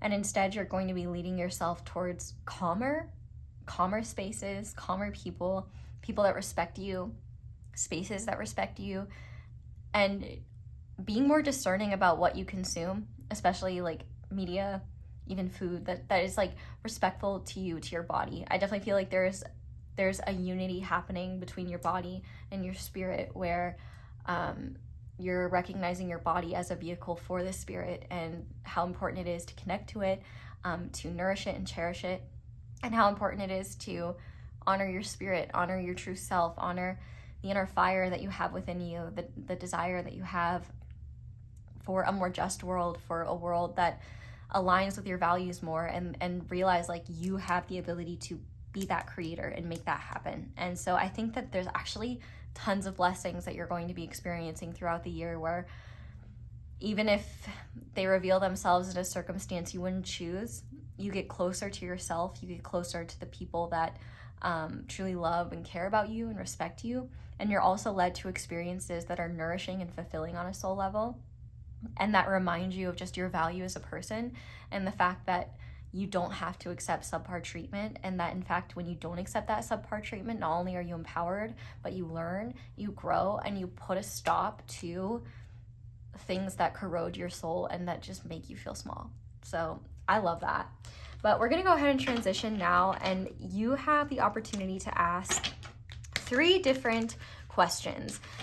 It's helpful if you ask them in a yes or no format, but there's lots of different answers. So if you have a specific question that you're like, that doesn't follow the yes or no format, feel free to ask it anyway. It may or may not make sense, but I'm gonna shuffle 3 different cards. I'm gonna keep them face down. If you wanna pause the video and write down the questions, or if you only have one and you wanna wait until I've laid all the cards out and decide which card you feel drawn to as like that being the answer, feel free. But I'm just gonna go ahead and shuffle them now. Feel free to pause the video if you wanna take time and wait for the questions to come to you. You can ask 1, you can ask 2, you can ask 3. As many, up to 3. But okay, pile 1's first question. What is the answer to the first question pile 1 may have? Okay, pile 2, sorry, you're pile 2. But this doesn't have, like, let's say question, okay, let me just shuffle first. Pile 2's second question. What is the answer to pile 3's third question? Okay, so like for example, maybe for question 2, you feel drawn to the card on the right side. For question 1, you feel drawn to the card in the center, and for question 3, you feel drawn to the card on the left. Feel free, like if you have 3 questions, to kind of see which card feels aligned with which answer, or you can do it in order. But if you're not ready, pause the video now because I'm gonna start turning them over. But the card on the left that is an answer to one of your questions or a question is reflect further for the outcome.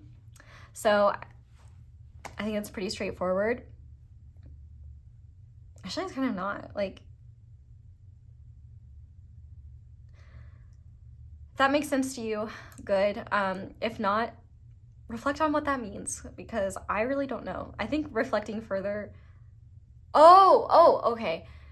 I guess it's kind of saying, like, for the outcome that you're looking for, reflect further for the answers, or reflect further for the solution to bring about the outcome, if that makes sense. Okay, the answer to the center card is unveil your truth, which we love. So I feel like whatever answer you were asking about, this is basically saying whatever your truth is deep down, that is what you are meant to, that is your answer. Like, I feel like this answer to me is one where it's like, deep down what you align with, but maybe your mind is like having a hard time trusting it. The best example that I can use is like, say you're in an ice cream shop and you're trying to decide between 2 different ice creams. And let's just say for this example, you can't get both ice creams, or the flavors clash or something. You can only pick one. And you really have like no clue which one you want to pick. And so then you tell someone, should I get this ice cream or that ice cream? And they say, you should get that ice cream. And then you're kind of disappointed because deep down you truly wanted the other ice cream. That's kind of like the answer. Like, if you're trying to pick between something or trying to figure out what to do, maybe ask someone else and see what their answer is and whether you're happy with that response or not, because then it will reveal what you actually wanted, if that makes sense. And then the answer for the right card, we have it's on its way to you. So if you were asking about something, just know it's on its way to you, it's coming. So I feel like that's a yes. This unveil your truth could be a yes or a no, depending on what your truth actually is, and reflect further for the outcomes. I feel like things are not set in stone yet. And I think it's partially because there's something of your creation involved in it. Maybe there's a decision you have to make if you chose this left card.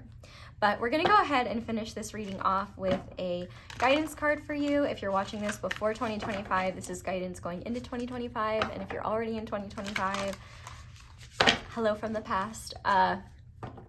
This is just guidance for your near future and just what you need to know. So pile 2, Spirit, what guidance do you have for pile 2 when it comes to this upcoming year and what they need to know? Let me make sure there's no boobs. Okay, no boobs. We have Red Countess. And this is the Divine Circus Oracle, by the way. If you've ever seen The Great, the woman in this picture reminds me of the aunt that always has like butterflies around her and it's like super horny all the time. Reminds me of her. She's my favorite character on that show. She's just wild. Deep within, you know what is true and what to do or what not to do. Yet there is so much noise and distraction in the world, and even at times in our own minds, that listening for our inner wisdom can seem like trying to hear a gentle bird song in the midst of a rock concert. I feel like that is a theme that you're going to be experiencing, is how to listen to what is true, what is actually truth within you, and what is noise. Even so, you are hearing an inner truth, and deep down you know it. Can you trust that it's safe to not only hear your inner voice, but act on it too? There is something that you know. You've felt, sensed, heard, or realized this truth more than once. Even if others see or feel differently, you just know what you know, even if you don't quite know how you know it. When the Red Countess appears, she's reminding you of what you know, no matter how convincingly someone, or even you, might be able to talk you out of it for a while. The truth always returns to be dealt with eventually. This is not meant to be a warning. It is meant to be reassurance. This is meant to be a reassurance, an encouragement to be bold and act on what you feel. Act on what you feel, huge. And like with this soul, you know, the fact that it's like a 0, it's a continuous process. Like this big blessing is this year, you're just gonna be continuously coming home to yourself, to your truth, to what is actually true for you, and the wisdom that your truth has for you, which I love. I love that so much for you. Give your truths value. Hold your feelings and insights in high enough esteem, dignity, to pay attention to them, to give yourself time to process what you think, feel, and sense. Know that they are worth acting on, even if that action just means to trust more and stop worrying.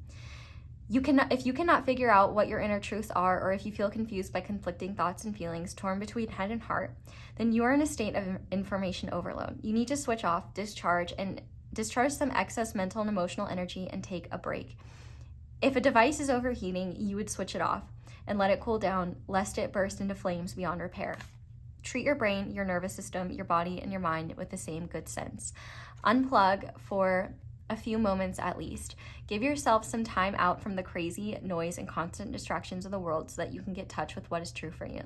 If you have a vision or feeling about someone or something that you are uncertain about, Red Countess confirms the accuracy of your insight. Trust yourself, then choose to act on your own truths. So there's a healing trick that you can do if you would like to. You can screenshot that.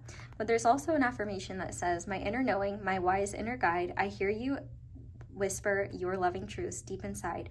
I trust you and act on your guidance in the perfect time, in the perfect way for me." I feel like this affirmation is perfect for you in 2025, and I feel like your biggest opportunity for growth is to just follow your own inner guidance rather than what you've been told is true, and that can be the only truth. Truths can coexist, and also you have the ultimate power over what truths you choose to be true. And I feel like you have the opportunity to learn how to trust your inner guidance more and live from that place rather than living from a place that just isn't authentic to you. So if you want to do the healing trick, that is there. Follow the affirmations, that is there. But pile 2, that's where I'm going to leave your reading. Thank you guys so much for watching, and thank you so much for letting my ads play in the background. That is one of the simplest and easiest ways to show support and appreciation for my channel. So thank you to everyone who does that. If you'd like to support me in other ways, you can like this video, you can comment down below, let me know how it resonates. You can subscribe if you haven't already and click that little notification bell to be notified whenever I upload a new reading. You can check out my merch, you can check out my social media, you can check out my candles. Be sure to use code 10 for 10% off on any candles on Angelic Magic 88 site. Of course, you can like, comment, subscribe. Thank you to everyone who does that. That's super helpful. Shout out to my notification squad. If you want me to see your comments, I usually see them when I first upload. After that, it is just luck of the draw. But I'm grateful to everyone who takes the time to say hi and share their voice. I hope you all have a wonderful day or night whenever it is that you're watching this. I hope you have a wonderful 2025. I hope I see you in 2025 and even before then, because I'll obviously be uploading more before then. But also I hope you all have a wonderful day or night whenever it is that you're watching this video, and I hope you'll come back and see me again soon. Bye! Hi there, Pile 3. Welcome to your reading, and thank you so much for being here. If you guys chose the Lemon Calcite Heart, and the Paws Tarot. This is going to be your reading on predictions for 2025. So I'm going to go ahead and use the deck that you chose and shuffle the cards, and then we'll get into it. If there are any questions that you have about the reading, there's a full breakdown in the intro. As usual with predictions readings, nothing is truly set in stone, but hopefully this reading will give you more confidence and clarity going into 2025. Yeah, thank you for being here. Thank you for liking the video if you enjoy it. Thank you for contributing in any way. And let's go ahead and get started. So we're going to start by looking at something brand new coming into your life in 2025, or something that's new that's coming to you in a different form.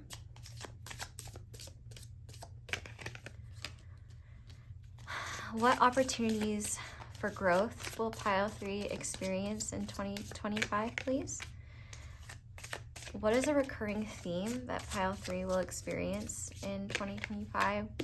And what is a big blessing coming to pile 3 in 2025? Okay, beautiful. All right, so let's start with what is new that is coming to you in 2025. And so if what I'm talking about feels familiar or you recognize it, if you've experienced it, just know it's coming to you in a new form. So for that, we have the Knight of Pentacles. We have Volcano. And we have It's Okay to Be Lost, You Will Find Yourself.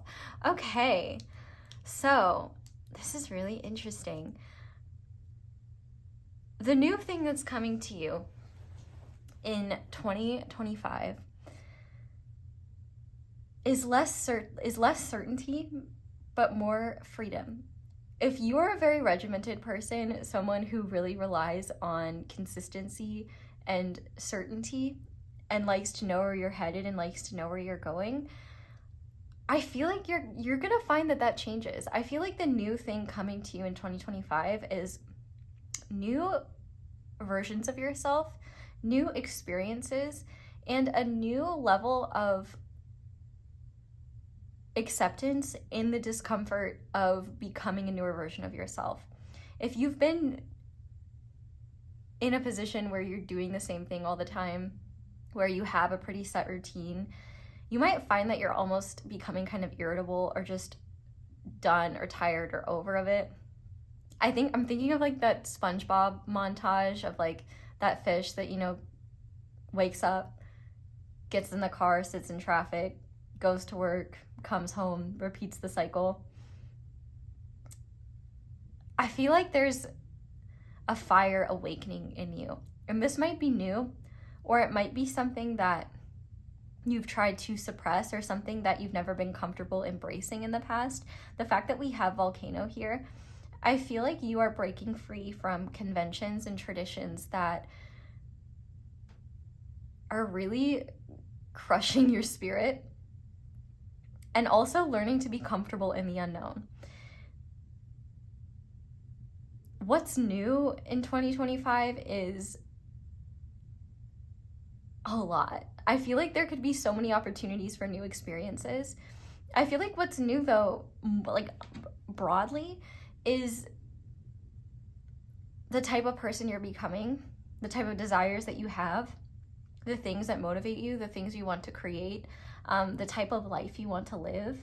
You might just find that what appealed to you in the past just doesn't appeal to you anymore. And if you don't resonate with being someone who's quite consistent, maybe you are chaos and you've never had a sense of routine, then it's the opposite in the sense that you're going to become someone who learns to find comfort in routine and actually is passionate about maintaining that routine or tweaking that routine to be as fulfilling and supportive for you as possible. It's like whatever type of person you would describe yourself as, you'll find yourself becoming either the literal opposite of that type of person, or find yourself drawn to experiences and ways of living that are completely different from how you've lived your life up until now. And I think what is going to be the motivating factor in this is a level of irritation, frustration, and just angst that you can't quite put your finger on, until one day there's just this truth that it's like, I have to change how I'm doing things. Like with this volcano, there's a fire within you that's erupting, and it's going to propel you towards powerful change that maybe you didn't even realize like you ever wanted or thought. It reminds me of me when I had just finished my bachelor's degree and was taking a gap year before grad school. It's when I started my channel, and I kept saying like, I'm not gonna do YouTube full time, like I'm never gonna do YouTube full time, like I'm not gonna be that person. And then I was 100% that person. And I couldn't be happier. Now, does that mean I will be that way forever? Absolutely not. You know, who knows what life has in store, and who knows where the wind will take me.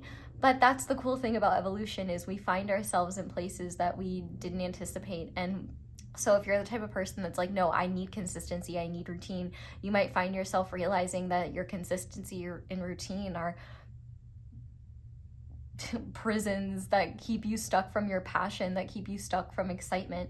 And if you're someone who's like, no, I hate consistency and routine, it's a prison, you might find that actually for you is this supportive system that you create for yourself that allows you to act on your passions more and give yourself more order and direction, so that you can channel all your beautiful chaos into more object and concrete things that have meaning for you.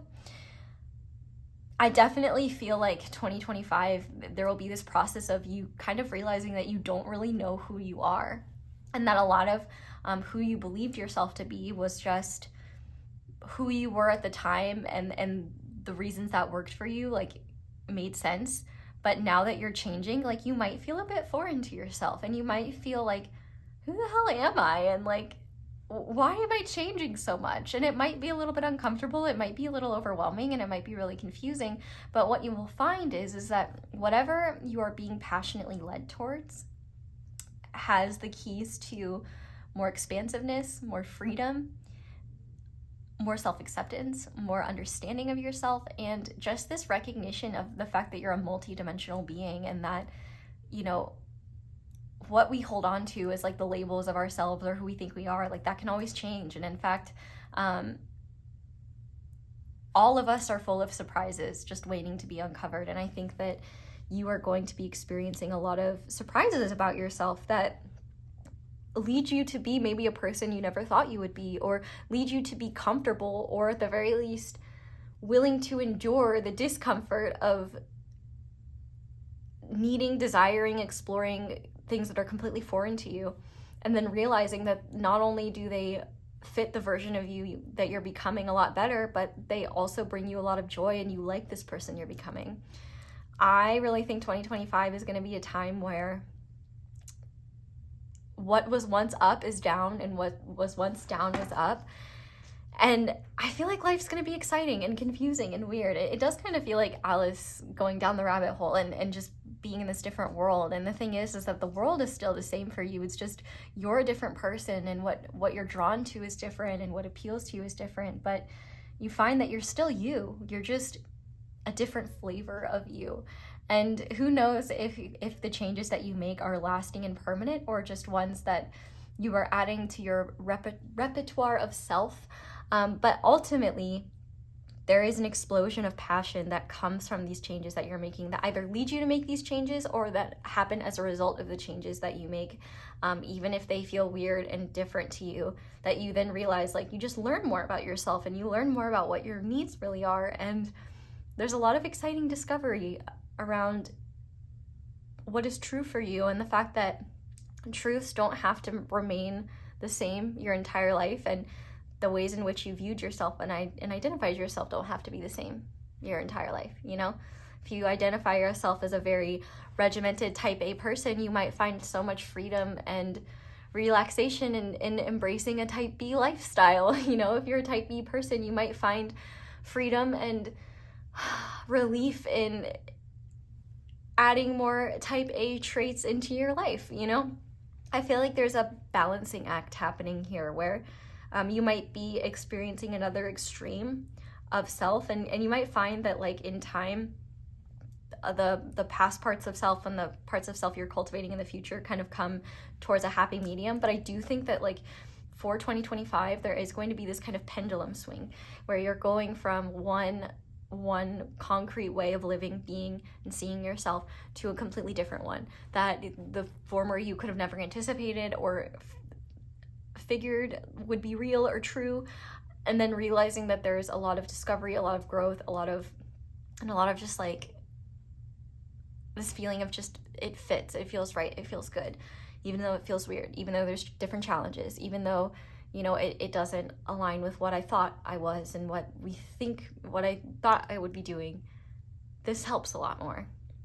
I feel very called to say one new thing that you will be doing is realizing how much maybe you drew concrete conclusions about who you were based on the past, and realizing that you don't have to have concrete conclusions about yourself. You don't have to entirely know who you are, and that life is a constant process of unfoldment and discovery and learning. And I feel like you are going to be experiencing new versions of you. How exciting.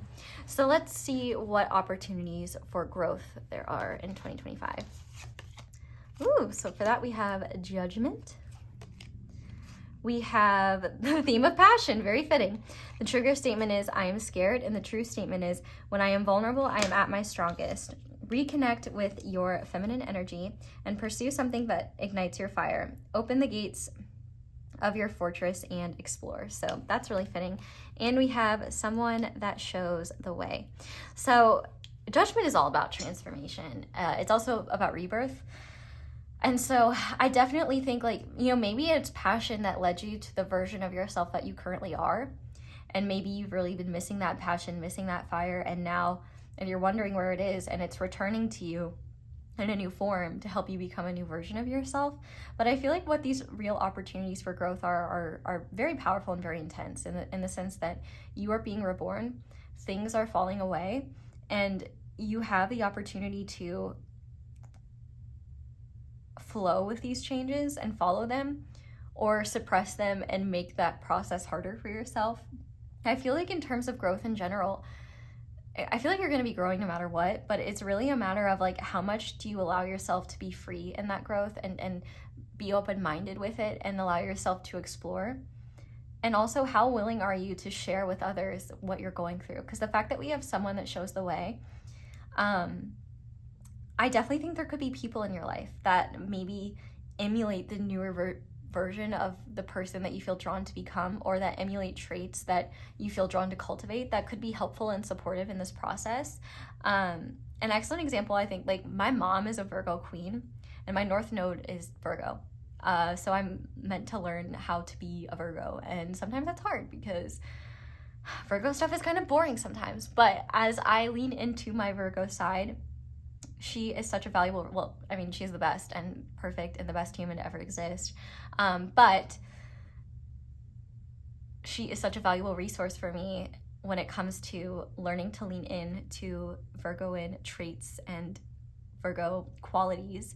And just having her influence is so helpful and so supportive. And so, you know, when my younger self was like, oh, my mom doesn't get me, she doesn't understand me, like, I'm so different from my mom, she just doesn't get it. Like, instead of needing my mom to get me, I get her. And I'm like, wow, okay, this is a really cool system you've got going on. Like, show me. Like, and there's also opportunities for bonding in that. And you'll find that you have a deeper appreciation for the things that you didn't understand about people in the past, or the things that you couldn't really relate or connect to. You're going to be like, oh, okay, yeah, I see why you do that. Wow, that's cool.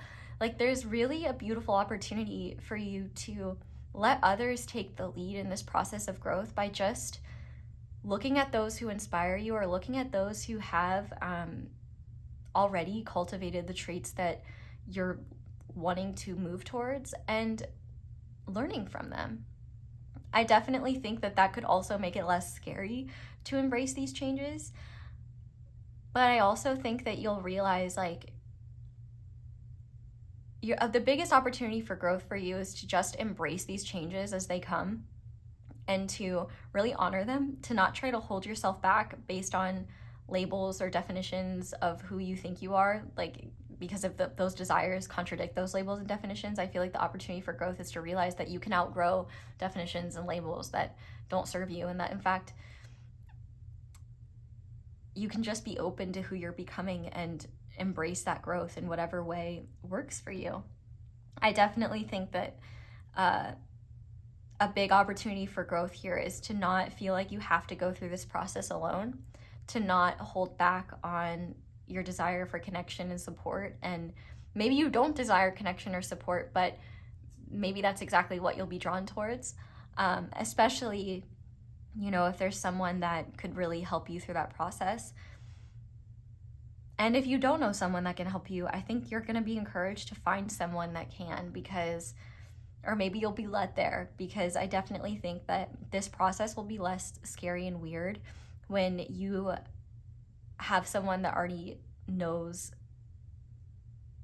how to cultivate the traits that you're looking to cultivate for yourself. So like an example I'm thinking of is like, you know, if you want to change your your exercise routine, you know, finding a personal trainer, or, you know, going to a class and connecting with someone who's a regular and, you know, asking them like, what was it like when you first started, and, you know, what motivates you? Like, I feel like there could just be a lot of opportunities to meet or connect with people in ways that give you a more multidimensional view of them, and that also make you realize like, oh, so like nobody really has it all figured out. We're all just like kind of going as time goes, and we're all just kind of figuring it out. I feel like there's also an opportunity for you to let go of how you think things need to be done, and just embrace the chaotic and natural process of growth.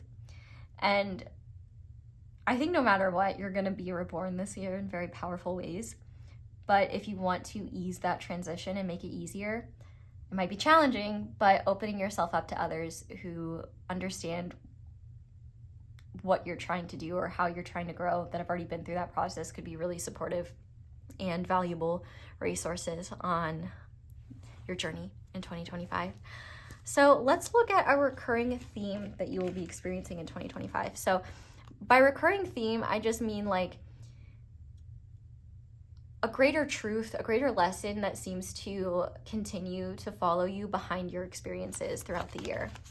And so for that, we have the 5 of Wands.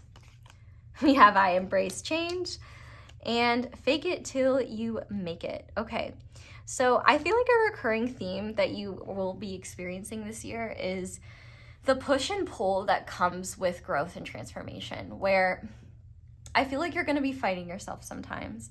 And I feel like there's definitely going to be internal tension. Like, I feel like the things that you're drawn towards, the things that you desire, the changes that you feel called to make, I feel like at times it is going to be uncomfortable. And at times you'll feel like, I can't ever be like that, you know? I can't ever make that change. Like, that's not who I am.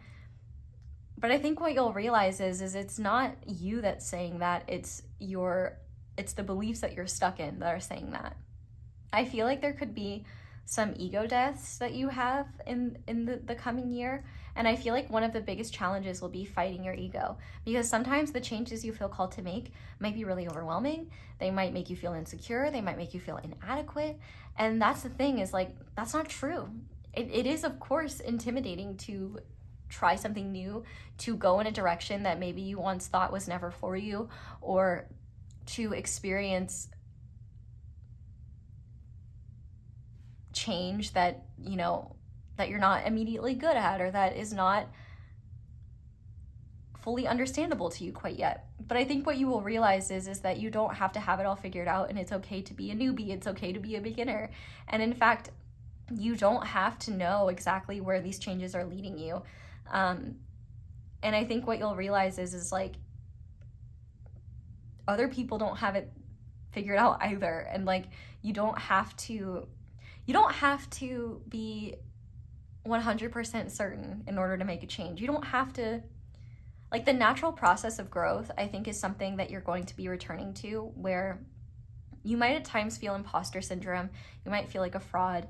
But I think more than anything, those feelings as they surface are just fuel for your fire to remember that those are just fears. Those are just things trying to keep you small, and they're not true. And on top of that, I feel like you'll be realizing that the process of shedding your skin, shedding your old self is natural, and that you don't have to facilitate the process. The process happens on its own. The best thing that you can do is just be present with it. But I do think that when you fight these changes, there will be more internal tension, there will be more frustration and maybe more chaos.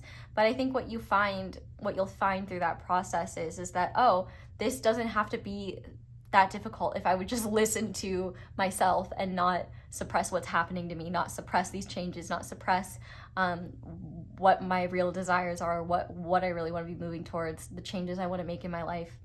And I think that one thing that you will just experience as well is just the challenge that comes from growth and change. You know, I'm thinking of the example of it takes 21 days to form a habit.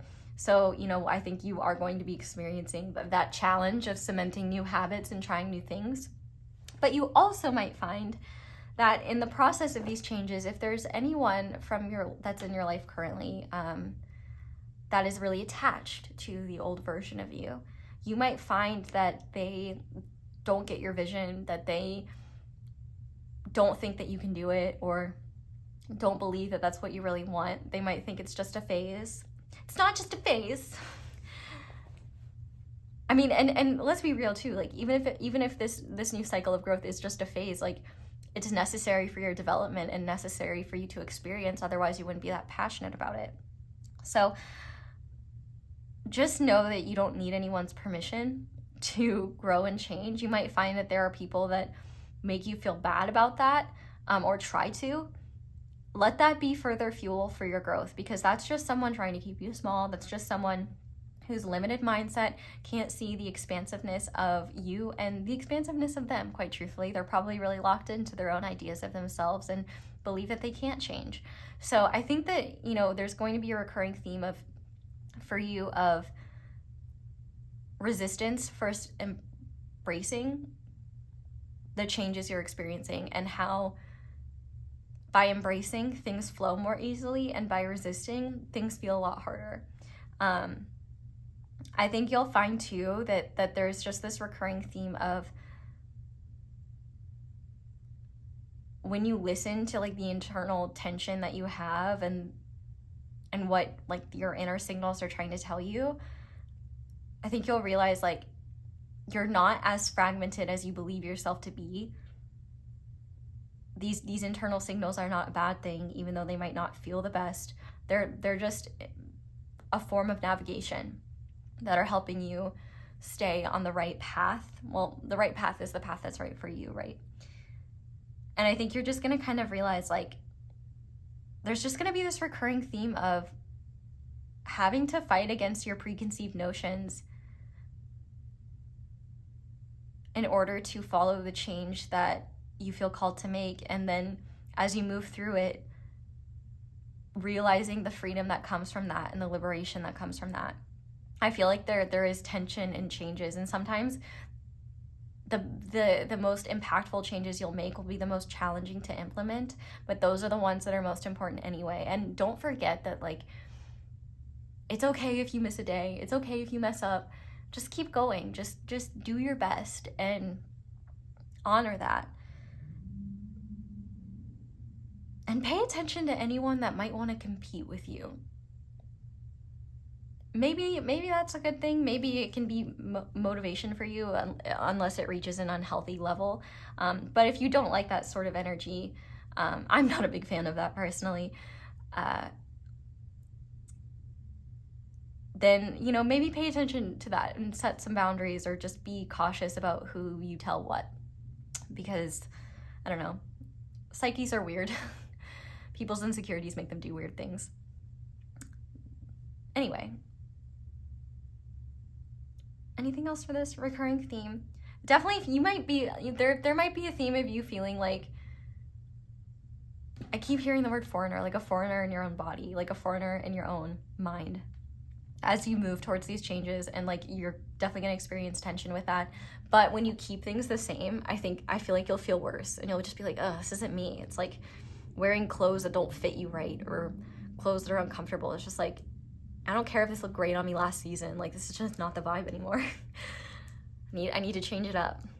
Okay, so let's look at a big blessing coming to you this year. Woo! We have the Knight of Swords.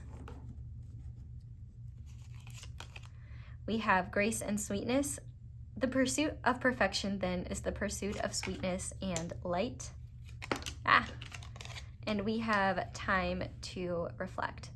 So I think one of the big blessings that's going to come from this year is not, I think there's a lot of blessings in this year in general, but the blessing that's being focused on specifically is when you're gearing up for 2026. I do feel like the events of this year are going to be quite chaotic, in the sense that there's an unraveling of what you know to be true, and a rebuilding of who you're becoming, and a rebuilding of your life in ways that are restructuring things. It's big changes that can be uncomfortable and weird, but are necessary for your growth. And I feel like you're definitely going to be running on an energy that's almost greater than yourself by an intense passion. And I feel like by the end of the year, things are going to kind of fizzle out. Not in a way where like your fire is literally fizzling out, but things are just going to kind of relax. And you're going to be processing all of the changes that you've made, and reflecting on how you've grown, reflecting on who you've become. And what that's going to do is make you so much more confident towards the future and the person that you're becoming. I feel like, especially with the Knight of Swords being here, I feel like this whole process is going to sharpen your intellect, improve your belief systems in ways that support you. And also there's this extra emphasis of nobody can say anything to you. Like, I feel like, I don't know what is going to happen through this process, but like, you are going to come out of it being so much more confident in yourself, being unafraid to face change head on. Life is going to start moving a lot faster and a lot more swiftly. And also, you are just going to have an answer and a response to anything and everything. And you're not going to care how that response is received, because it's authentic. And the cool thing is, with this grace and sweetness, I don't feel like sometimes the Knight of Swords can be harsh and aggressive, but I feel like what you'll have this realization that throughout this period of growth, you have been supported along the way and blessed with so much sweetness and so much grace through this process. And then, also, you're going to have intuitive hits and moments of clarity that come to you out of nowhere, that not only give you the direction that you need and the clarity that you've been looking for, but it gives you so much more peace in where you're at in your journey and trust for what's to come. I feel like even though there is an emphasis on the end of the year, I think throughout the year, as you go through this process, you're going to have these small moments of clarity, or you're going to see a sign and it triggers a thought within you that then like gives you this realization. It's almost like the universe is conspiring to bring you the awareness you're looking for and the clarity you're looking for, but in the perfect time, in the perfect way. You might feel impatient at times with uncertainty and unknowing, but you're going to be finishing out the year with a lot of certainty and feeling very blessed and grateful for how much support you were given through this process that you couldn't have asked for yourself, that the universe set up for you. It's really going to be kind of magical and serendipitous. And I feel like you're going to reflect on the year and be like, wow, who I was in January versus who I am now in December, they're two different people, but I love both of them so much. I love how I've grown this year. I love who I've become. And I feel like you're just going to feel a lot more comfortable in your skin and in this new life, and kind of realize like, oh, wow, I'm glad the universe and I'm glad my internal energies and systems motivated me to make these changes, because now I feel so much more centered in who I am. I feel a lot more comfortable. I feel a lot more encouraged. And I just, it's like the moving through the transformation and it's like you're starting out as the caterpillar, finishing off as a butterfly, and just appreciating your new wings and your new butterfly life and how that process of transformation occurred. I definitely think you're going to find that this whole year is a big blessing. And I feel like there will be this kind of feeling of bewilderment and just like deep reverence and gratitude for the mystery of the divine and the mystery of our own souls and evolution, and just being like, wow, like I'm so much more than I thought I could be, and wow, I can handle anything that comes my way, and I can do anything that I put my mind to, and I will not be putting up with people's shit anymore, and I will not be letting myself hold on to small ideas of who I am and let them hold me back. I feel like the biggest blessing to come from this is powerful confidence to move forward, and powerful confidence to face the unknown with a ferocity that maybe even you yourself didn't realize you had within you.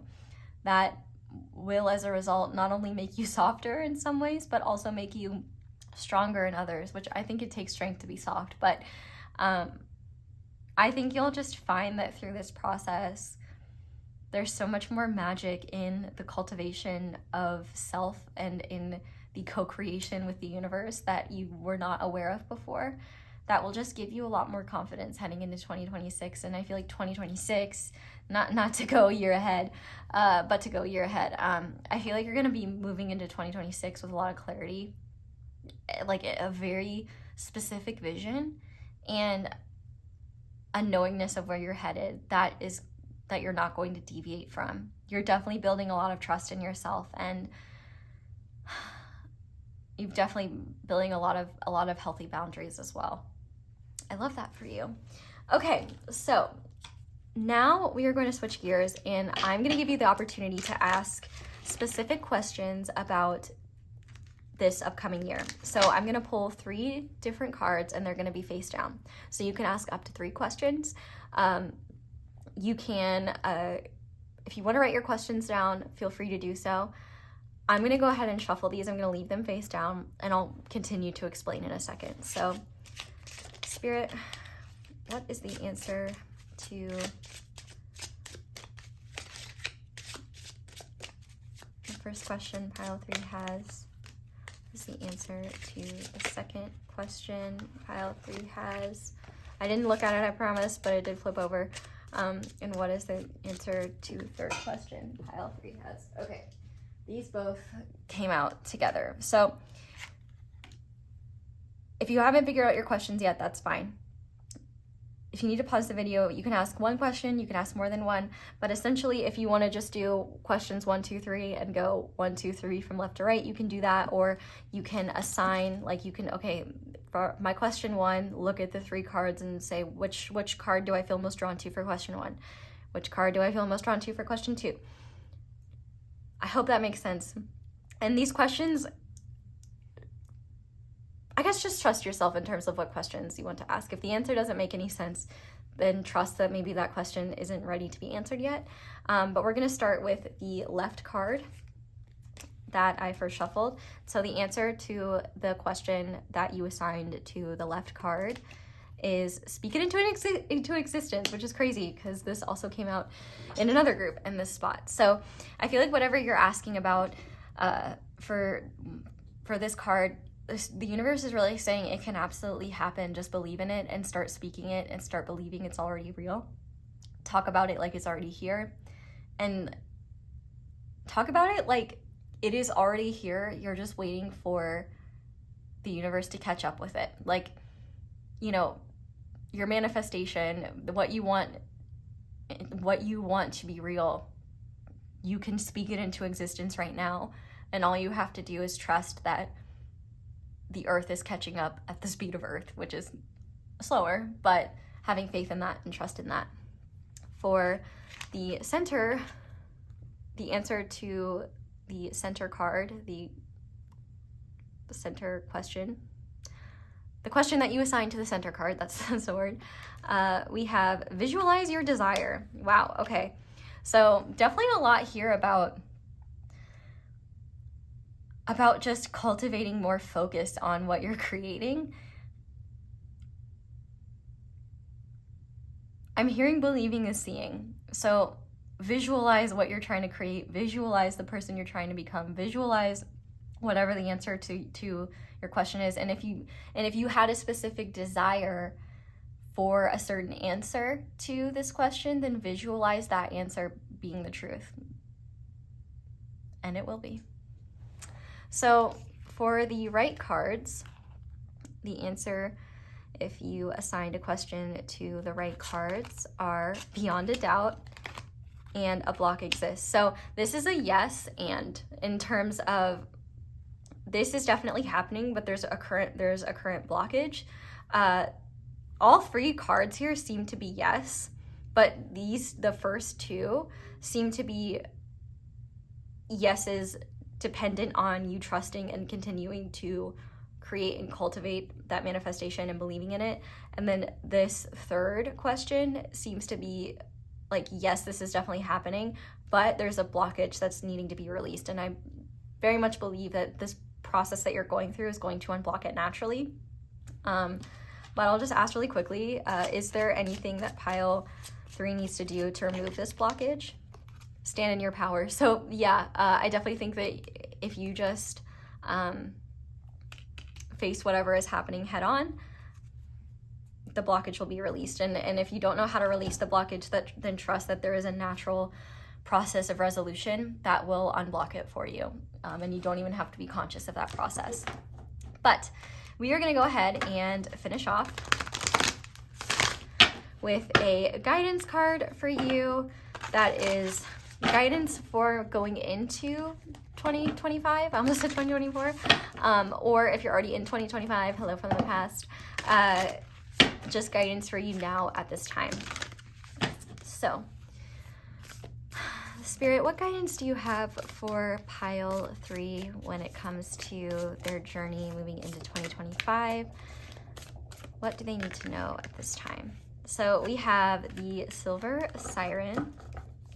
This looks like an outfit Chapel Roan would wear. She should do something like that. She would look really good in that. Okay, let's see what Silver Siren says. When is an enchantment not enchanting? When it is a spell that you allow to consume your free will, even as it promises so much and yet delivers so little. The Silver Siren sings her song of pretty poison to the soul. Her false allure tempts the mind, even whilst the heart feels that something is not quite right. Your power will come from discerning the truth and allowing her false promises no place in your heart. The modern world, perhaps especially in the spiritual field, is laden with false light. This is the light that blinds and obscures rather than clarifies and reveals. False light is that which might seem dazzling on the surface, but underneath is nothing but hot air at best and destructive energy that will rot your soul at worst. False light is the opportunity so intoxicating that even selling your soul to have it seems rational, or the person so alluring that you are willing to deny your basic needs for respect and acknowledgement in order to spend just a moment by their side. The false light is a seduction, a siren song, a promise of whatever it is you feel that you cannot have unless you compromise your integrity to get it. There is just one lesson to be learned through the siren song. The same lesson always, no matter what the circumstances may be. If you compromise your integrity, you will find that what you have obtained was not worth the price you paid for it, no matter how much you believed it would be otherwise. It is simply not worthwhile. So maybe for some of you, you've been going through this process of being stuck in false light, and this is what this change is about. Or maybe through these changes, you will be drawn to make even more changes that actually don't align with you. I guess be discerning with this message. The Silver Siren comes to you when you are one of the souls with enough discernment, strength, and integrity to be able to say no to the enchantment that will not enhance your life, but surely destroy it. The small compromise of your self-esteem would seem innocuous enough at first, but with cajoling and manipulation would continue to eventually erode at your soul until you no longer believed yourself capable of living your best life, of receiving genuine love and affection, or having anything of value to share with the world. That's what this main theme of your life is talking about.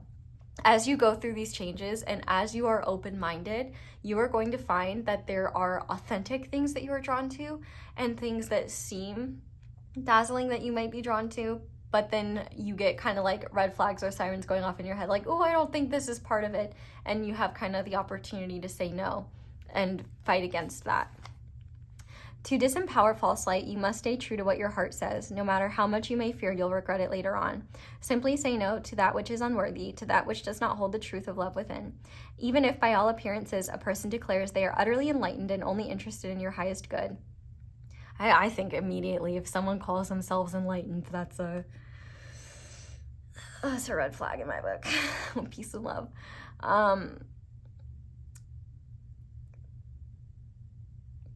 Even if the opportunity at hand is too good to miss, making your mind needy and confused when you feel in your heart that you should really give it a miss, simply say no. When Silver Siren sings her song to you, know that you are being given an opportunity for empowerment. This is an opportunity to trust yourself and stand firm in your truths, and to experience the priceless sense of love, safety, security, peace, and self-possession that this brings. With this, your soul can sing its own song, a song that shares its true light and the lightness of a heart that lives its peaceful truth with the world. So there is a healing trick that you can do if you would like to. If you want to screenshot that, I think that could be very powerful for you. But the affirmation is, I recognize the truth behind the light. My heart instinctively recognizes what is right. And I think that's a beautiful affirmation to go with throughout your year, where you just remember your heart knows what's right. And so if your heart is bursting for change, if your heart is bursting for evolution, and your mind is saying, well, what if we leave this? What if we get lost? Find that that's exactly what you need, because you'll find yourself more in alignment with your heart, because you have the power, the discernment, and the ability to know what is true for you and to let go of false light and desires that maybe excite the mind but corrupt the soul. So pile 3, that is where I'm going to leave your reading. Thank you guys so much for watching, and thank you so much for letting my ads play in the background when you do something else. That is one of the simplest and easiest ways to show support and appreciation for my channel, so thank you to everyone who does that. If you'd like to support me in other ways, you can like this video, you can comment down below, let me know how it resonates. You can subscribe if you haven't already, and click that little notification bell to be notified whenever I upload a new reading. You can check out my merch, you can check out my social media, you can check out my candles. Be sure to use code ACE10 for 10% off. You can check out my other videos, especially ones with extendeds. You can check out my big fat juicy ass, just kidding. I think that's it. But thank you guys for being here. Thank you guys for watching. I hope you have a wonderful 2025. I am excited. I would love for updates about who you become. And I just wish you the best on your journey. I love you guys so much. I hope you have a wonderful day or night whenever it is that you are watching this. And I hope you'll come back and see me again soon. Bye! Hi there, Pile 4. Welcome to your reading, and thank you so much for being here. If you guys chose the Pyrite Toothless and the 5-cent tarot, this is going to be your reading on predictions for 2025. So as usual with predictions videos, what is said here is not set in stone, but the reason I structured it the way I did is to hopefully just give you insight into main ideas and directions. If you want to know if your Aunt Martha is going to have cataracts, yeah, I don't think you're going to find that in this video. Hopefully Aunt Martha's doing okay though. But we're going to go ahead and get started. If you want to pull a breakdown of the reading, there is one in the intro. But I'm just going to do some satisfying shuffling. And we're going to start by looking at what is entering your life in 2025 that is either brand new or new in a different form. So if it's a theme, familiar, energy, experience, person you're familiar with, it's showing up in a different way. So Pile 4, Spirit, what newness is entering their life in 2025? What brand new or new form is entering Pile 4's life? Okay, next we're going to look at what opportunities for growth does Pile 4 have in 2025? What is a recurring theme Pile 4 will experience in 2025? And what is a big blessing coming to Pile 4 in 2025? Okay. You saw that? No, you didn't. Because we're not there yet. It's not time yet. We're starting with this question right here, which is what's new coming into your life? New, literally brand new, or in a new form? Ooh, okay. We got the Queen of Wands. I really like that. So we have themes like courage, take charge, fierce energy. We have be careful. And we have the sword. So I feel like the new thing that is entering your life is a renew, like for some of you it's renewed because I just said that, but for others it's a new sense of confidence and a new sense of empowerment and control over your environment, a new sense of believing in yourself, and a recognition of your own power. I also feel like if you are someone who is naturally more confident, naturally more fiery, so you're like, what do you mean that's new? I'm always like this. Then I think what's new is you are gaining more discernment and wisdom of how to use those qualities to your benefit without, you know, maybe burning others or making mistakes that you didn't want to make, if that makes sense. I do want to read this sword for you because I feel like it might be helpful. But also the number 7 being here, I do feel like this is a new level of independence and a new level of trust in yourself that you are reaching. But it says, the sword embraced by the Ouroboros, the sword that cuts both for good and for ill, and the symbol of recreation and the eternal. Together they create 4 quarters, each representing a season and a part of ourselves as a whole. You are the creator of which direction you go, which season you live in, your birth and rebirth and birth and rebirth and birth and rebirth again. Hold the sword in power. You have control and you can use your sword to protect yourself in constant transformation. So I definitely feel like what is new or what is coming to you in a new form is just a new sense of self-worth, self-confidence, and clarity in your intentions and what you will and won't put up with. I also feel like if you are the fiery type, or if you are the type of person to naturally be confident in yourself, or to at the very least like follow your passion, I feel like you're tempering that passion with the wisdom you've already gained. And I feel like if in the past you had a tendency to act impulsively in ways you regret, or let your fiery nature get the best of you, I definitely feel like you are coming into 2025 and will experience throughout 2025 the wisdom to not let that betray yourself or betray the actions that are in line with your heart. But more than anything, I feel like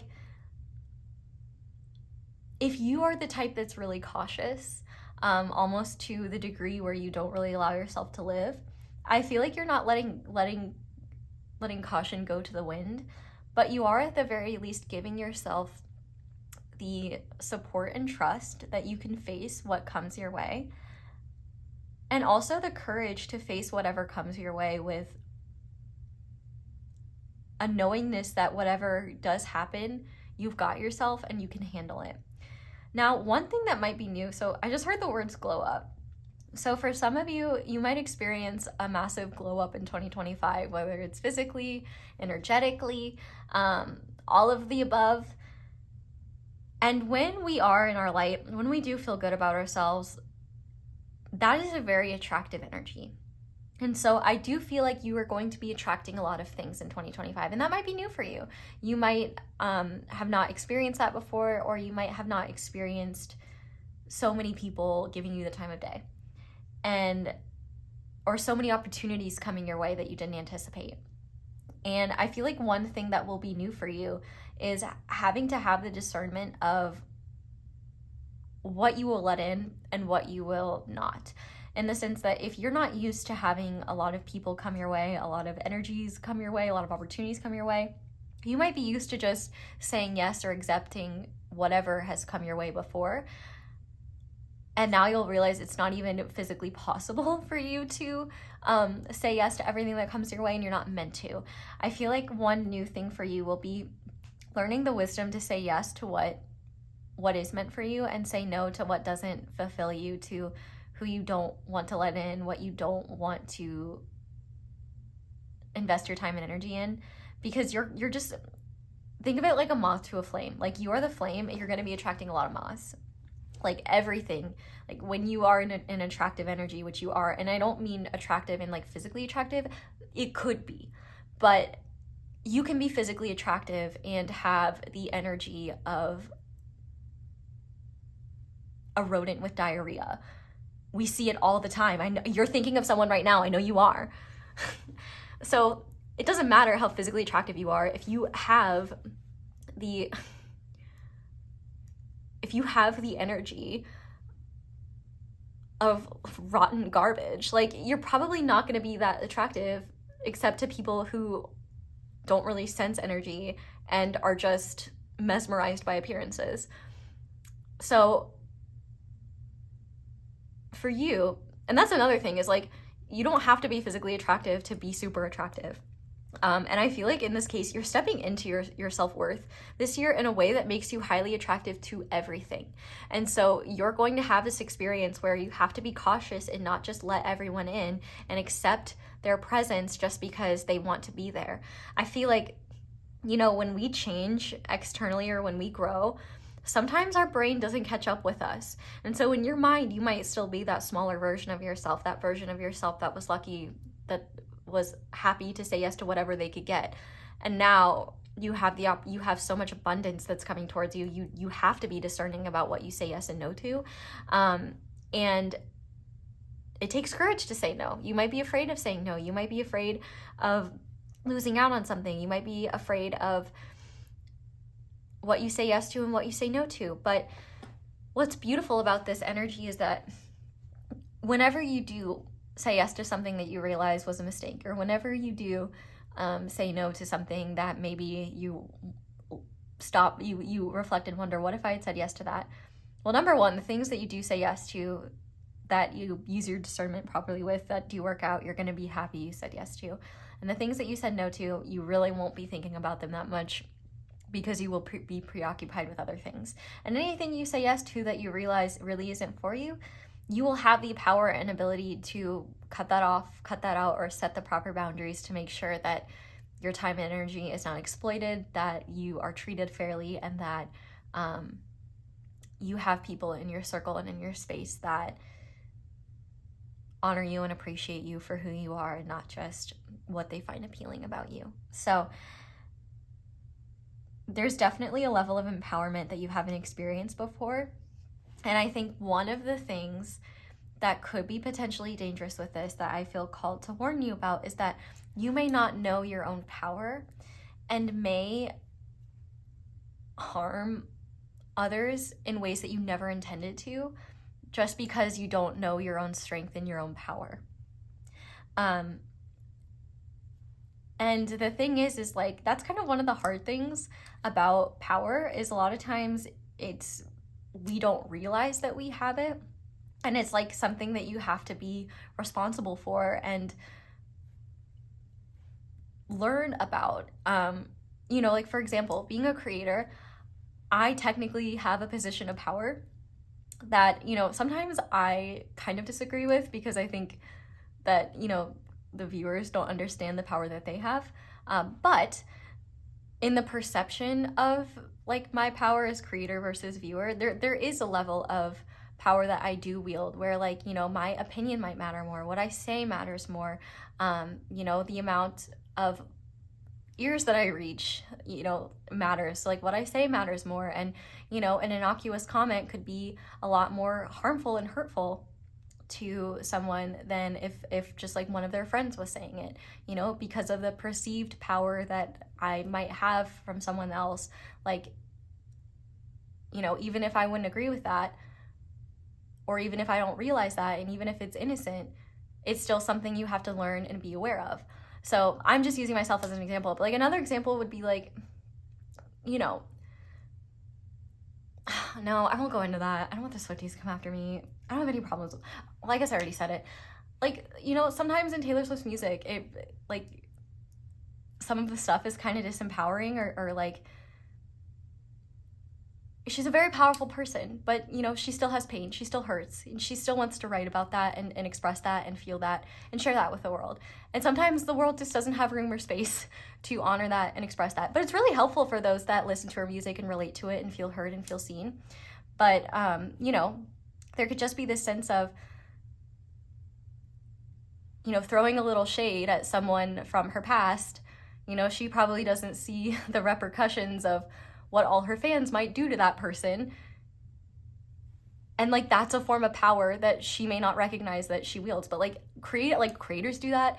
Anyone that has like an audience or viewership, and like, if you're not recognizing that, like, that's an important thing to recognize. So me using that example and this is not a drag towards her. Like, we're all humans, we're all flawed, and like, it's impossible for us to navigate situations where we do have more power with wisdom all the time. It's in making those mistakes we gain that wisdom and we learn. And just like you, just like me, and just like Taylor Swift, we're all growing, we're all learning, and we're all doing our best with the knowledge we have and the time that we have it.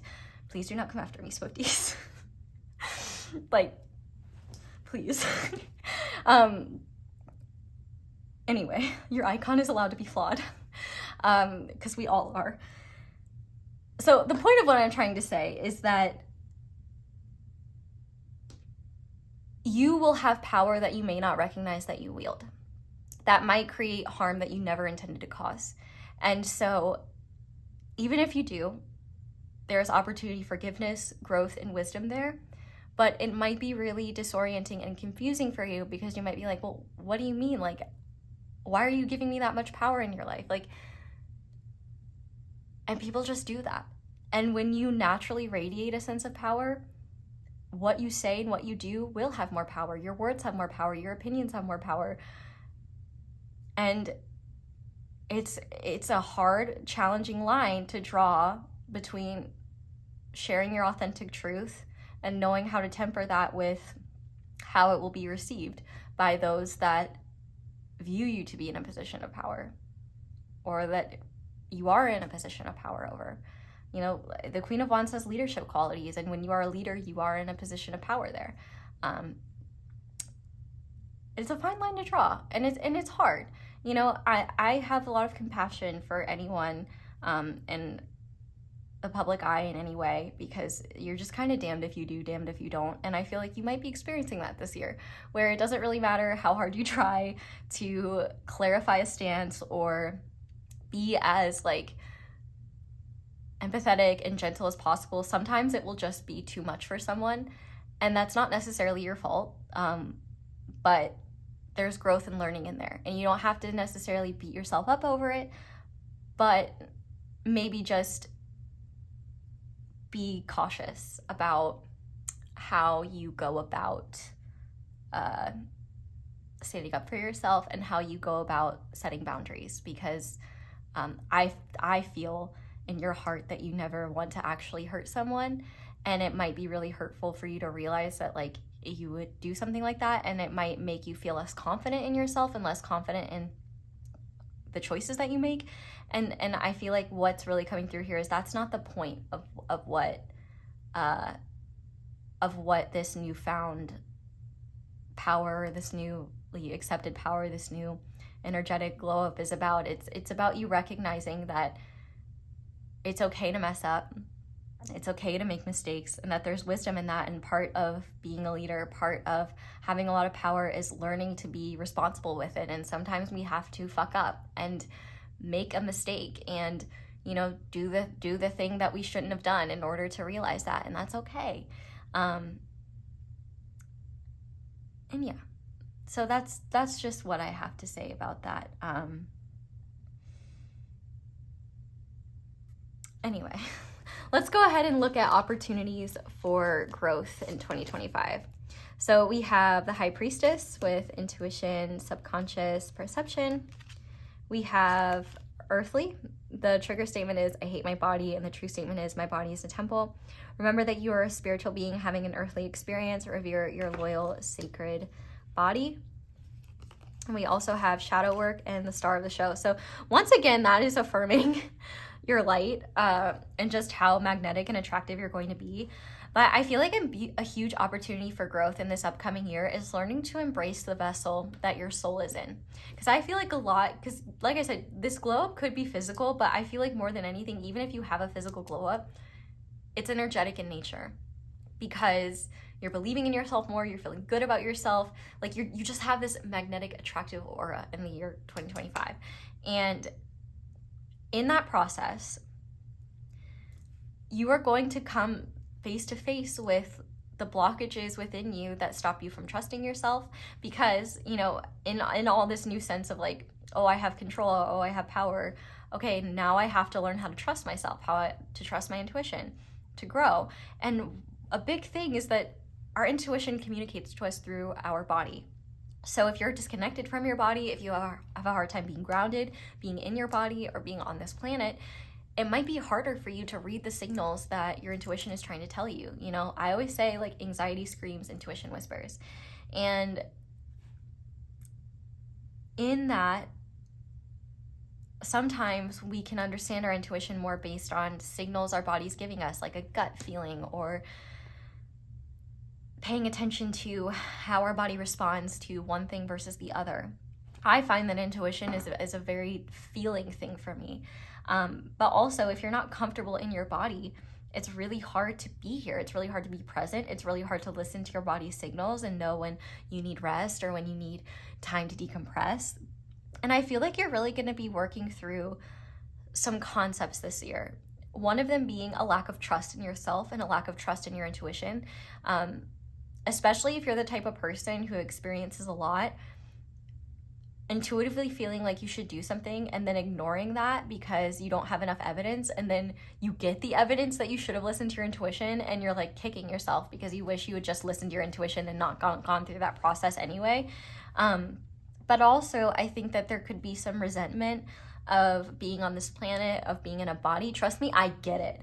There is nothing I yearn for more than to be an ethereal mist. I dream about it on the daily.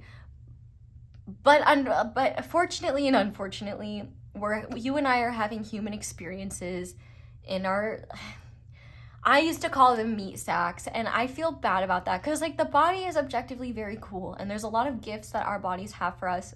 There's a lot of powerful expansion and awareness that our bodies have for us, and the body has wisdom that all of us have yet to tap into. Even if you already tap into it, the body's always got more wisdom. Like, the human body is actually an incredible thing. And I haven't studied it biologically because I believe that inside parts should stay inside because they're gross as fuck and I don't want to know about them. But what I do know is that, like, the human body is an incredible, amazing thing, even if the inside parts are really icky and I don't want to see them. And there's so much wisdom to come from being grounded within your body. You know, you don't need to go off into the cosmos to experience profound psychic insight. You can, in fact, get that by just going deeper within yourself, deeper within your body. You know, the body has so much wisdom to share, and we can't hear it if we refuse to be in it. And I think another opportunity for growth for you is to recognize where you need to be more loving with yourself and more patient with the realities of being in a physical dimension. You know, ideas might move at the speed of light, energies might move at the speed of light, but the way that translates here is that they move at the speed of Earth. And, like, you know, there's a lot of aspects of the human experience that are quite mundane and quite frustrating, especially if you're a neurodivergent person or if you are just someone who is very impatient and, you know, is frustrated with the monotony of maintenance and upkeep of the body and of your surroundings. I like that quote that says, before enlightenment, chop wood, carry water. After enlightenment, chop wood, carry water. It's like, no matter how much growth you have as a human, there's always just things that need to be done and things that you will not be able to escape. They're just aspects of life. But man, you know what? We're really blessed to, at the very least, live in a time where a lot of the physical challenges we face, we have tools and technology to assist us and make it a little less awful. Like, thank God for washing machines. Like, bro, if I had to wash my clothes, if I had to walk to a physical place of water and wash my clothes, I would just go naked. I mean, I don't know, like, if I had to make all my food from scratch, I would starve. Like, I'm sure I would learn. I'm sure I would figure it out. But, like, there's so many modern conveniences that we take for granted that we're really lucky to have, that make life a little bit easier. And within those mundane tasks, here's an opportunity for growth. Within those mundane tasks, your brain can kind of get into a state where it's kind of idle, and it can kind of be doing its own thing while you're doing, you know, physical, boring things. And in that time, you can have profound, powerful insight. You can have moments of clarity where you realize what your intuition is trying to tell you. And even And you can also have opportunities to reflect and kind of see yourself in a way where it's a bit easier because your body's doing something that's not so important that you have to focus intently, but it's exerting enough energy to where your mind isn't racing. So then your mind can be more perceptive and more open, and that gives you opportunities to see things you didn't before. I definitely think this year is going to challenge you to really look at what you've been avoiding about yourself. Like, for example, fears of being seen, fears of messing up and doing the wrong thing. Like, you're gonna do the wrong thing sometimes. You're gonna mess up. That's human nature.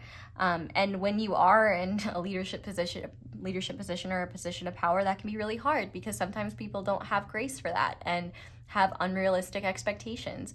But that's when you have to just look at that and accept that for what it is and recognize that you're only human and you don't have to live up to the expectations that other people have for you, you know, and to remember where your boundaries truly are and do not accept what other people tell you is the truth or what other people tell you you have to do. I feel like there's a huge reclamation that you're going to experience in 2025 where you are going to be the recipient of the projections of other people's shadows. And I think what it's going to do is give you the opportunity to look at your own, because all those shadow projections are doing is showing you where your wounding still lies. Because if you didn't have a wound, the projection would bounce right off of you. You would see it for what it is. And so you'll know, and you'll be able to recognize it. Like, oh, that's just a projection of that person's insecurity. Like, I think an excellent example is people that insult others' appearances. You know, anyone that's insulting someone's appearance not only is lame as fuck, in my opinion, but also insecure about their own appearance. And that is an excellent example of where you can be like, oh, they're taking out their own insecurities about their appearance on me. I accept myself, I love myself, and I don't have to let that define me. But let's say, you know, someone tells you that you didn't, that you're not seeing things correctly and that your opinion is wrong.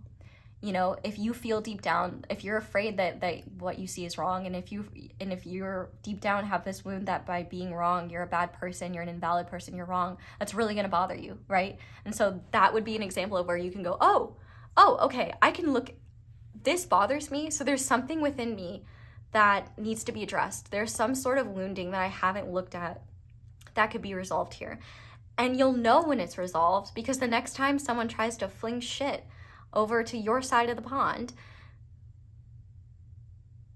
you're just gonna let it bounce right off of you. It's not even gonna hit you. It's just gonna fall right down. And all they're left with is their own energy.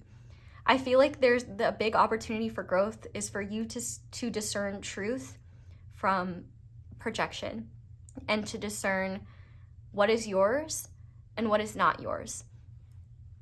And to recognize no matter what your perception is of yourself, no matter where you're at, you always deserve grace and kindness. You always deserve the space to care for yourself. And you always deserve to be treated with dignity and respect. And so if those things are not occurring, I think an opportunity for growth for you is to recognize it and set the necessary boundaries so you can do that for yourself. But yeah, definitely opportunities to see what within you. Like, for example, this is from Spirited Away. You know, everybody is recoiled in disgust at this slimy guy when he comes into the bathhouse, right? But he's actually just a polluted river spirit. And Chihiro does the sweet thing of cleaning for him. Well, I mean, she had no choice, but still, she didn't complain, she didn't say anything, and that's kind of a hard thing too, is sometimes when you're in a position of power, you just have to eat shit, because like, you're damned if you do, damned if you don't, and you might even be like, so what position of power? I don't know, you're probably gonna find out this year. Like, maybe it's a promotion, maybe you're being seen more, maybe you're more visible. Take Chappell Roan, for example. She blew up really fast and is chastised for everything. And like, it doesn't matter what she does. someone's like, oh, she needs to get a PR team or fucking whatever because she's being human and doesn't want to be abused. Like, yeah, I have hot takes about fame just being abuse and separation consciousness, but I feel like that would be a kind of a second channel thing and not something I need to go into. But I feel like you're going to be exploring themes like that this year, whether in a smaller way or a bigger way, it doesn't matter. Whenever you're visible and showing up and shining your light, those that are small, those that don't feel good, those that feel bad about themselves, they're going to try and fling shit at you. Like, they're going to try to make you feel small. They're going to try to stoop to your level. And I hope that you don't have many of those experiences, but I feel like what's going to be very challenging for you is that your mind has not caught up with the evolution that you're going through. So you're still going to feel like a past version of yourself being like, why is this happening? Like, I didn't do anything wrong. And it's probably true. You probably didn't do anything wrong. Your biggest crime was literally just existing and shining a light on a wound someone else wanted to keep hidden. And so they're blaming you because they don't have the wisdom yet to recognize that your light was just showing them where they needed to love themselves more.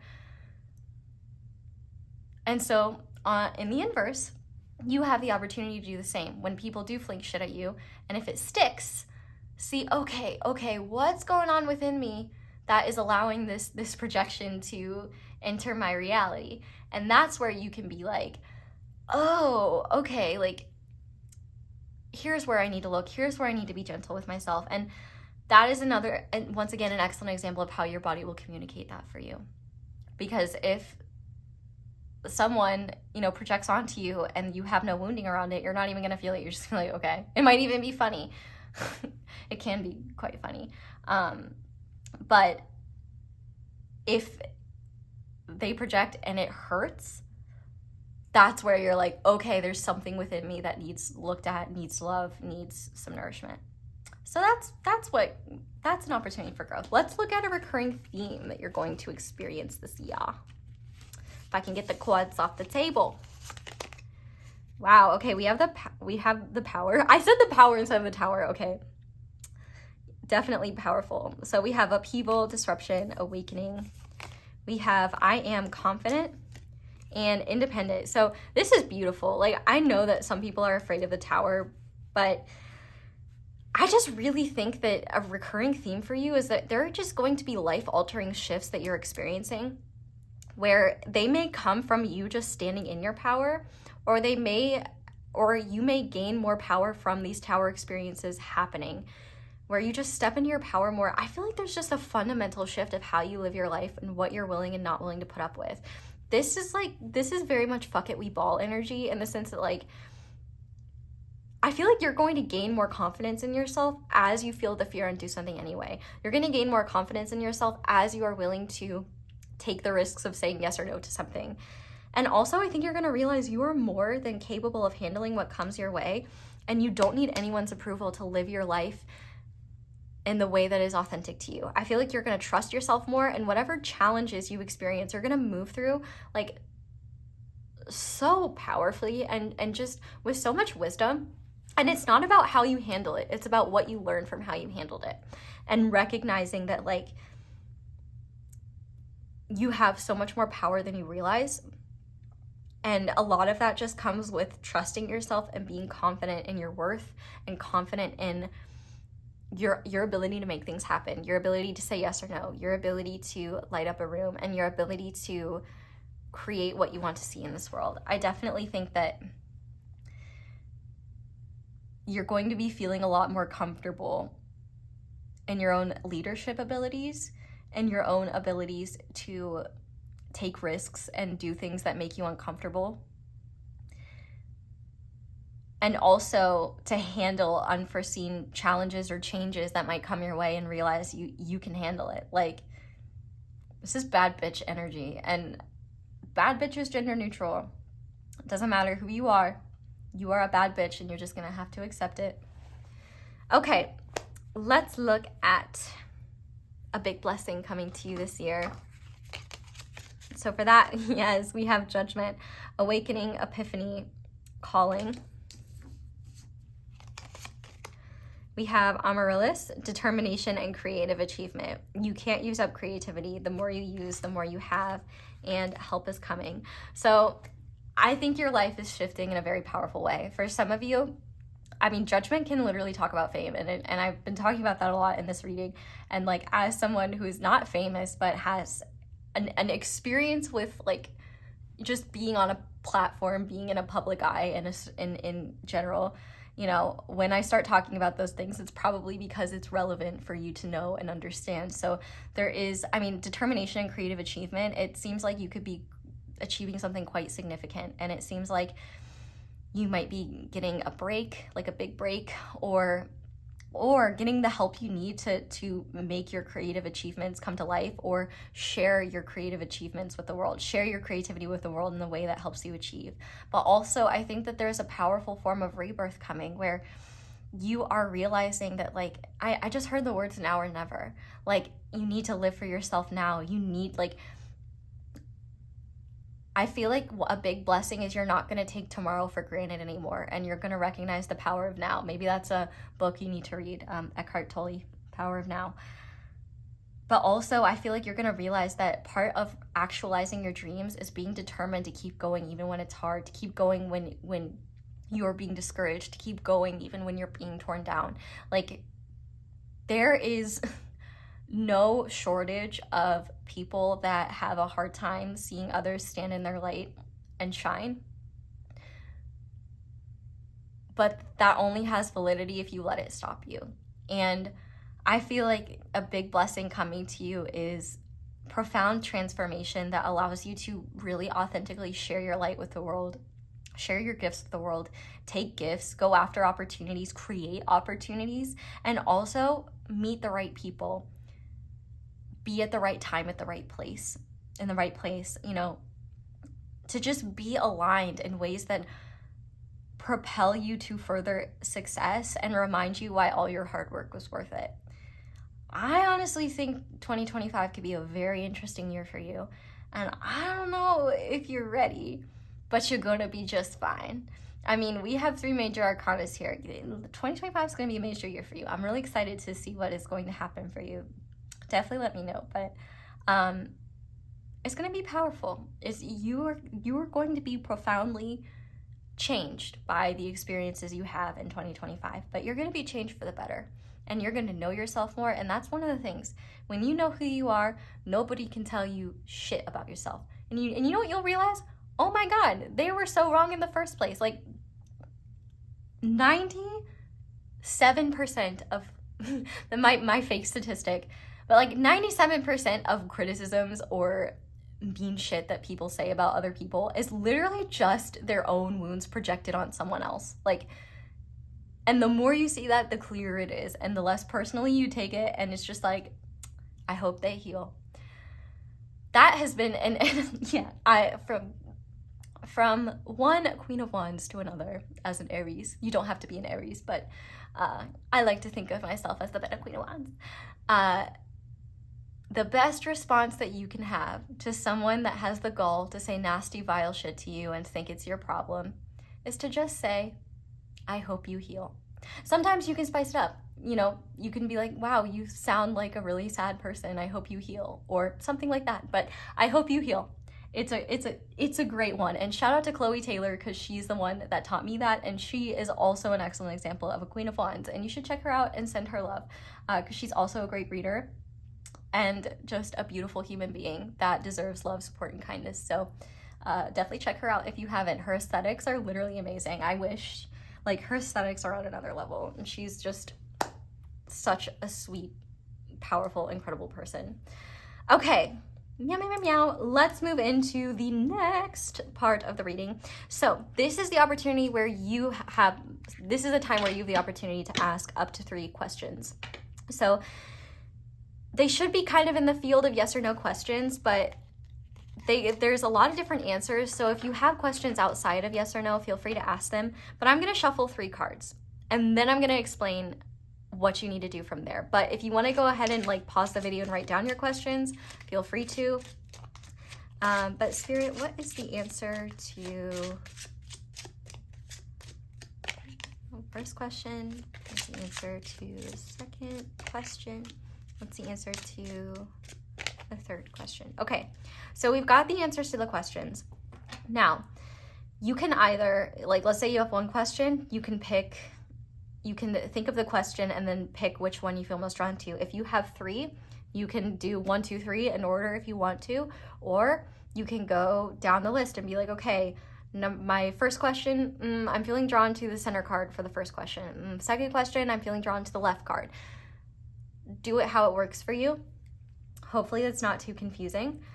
I feel like the bottom of the deck is like, you don't need to over-explain, but actually, yes, I do. You don't get it. I'd rather be super clear than not clear enough. But we're gonna go ahead and start by looking at the left card. So the answer, to answer your question that you assigned to the left card, we have, it's a hard no on this. So no for whatever that question was.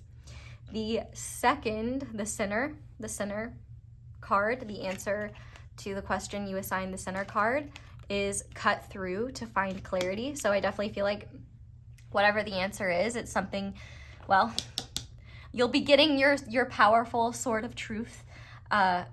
And I feel like you need to cut through what's creating confusion, and it might just take some time. But I do feel called to say, whatever this question is about, if this question is tainted by fears or insecurities, that's what you need to cut through to find clarity, because that might be what is stopping you from listening to your intuition or listening to what you feel to be true or what you feel to be the answer. And maybe the clarity you're seeking is just, I'm not meant to know this answer right now, and I accept that, and that's okay. Whatever feels true for you. And then finally, the answer to the right card is trust it will manifest. So that is a yes.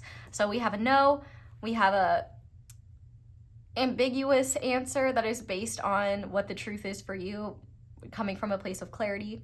And then we have a yes, it will manifest, but you need to trust in it. And maybe your uncertainty in it is making it take longer to manifest. So yay. Okay, hopefully that wasn't too confusing, but pile 4, we're gonna go ahead and finish this reading off with a guidance card for you. And what a fitting deck to use. This is called the Divine Circus Oracle. When life is anything, it is a circus. In the words of our Lord and Savior, Britney Spears, there's only 2 types of people in this world. The ones that entertain and the ones that observe. Baby, I think you're gonna be an entertainer. Like, maybe literally, but just in the sense of just the magnetism you're going to be embodying. Like, you are going to have eyes on you this upcoming year in whatever way, shape, or form.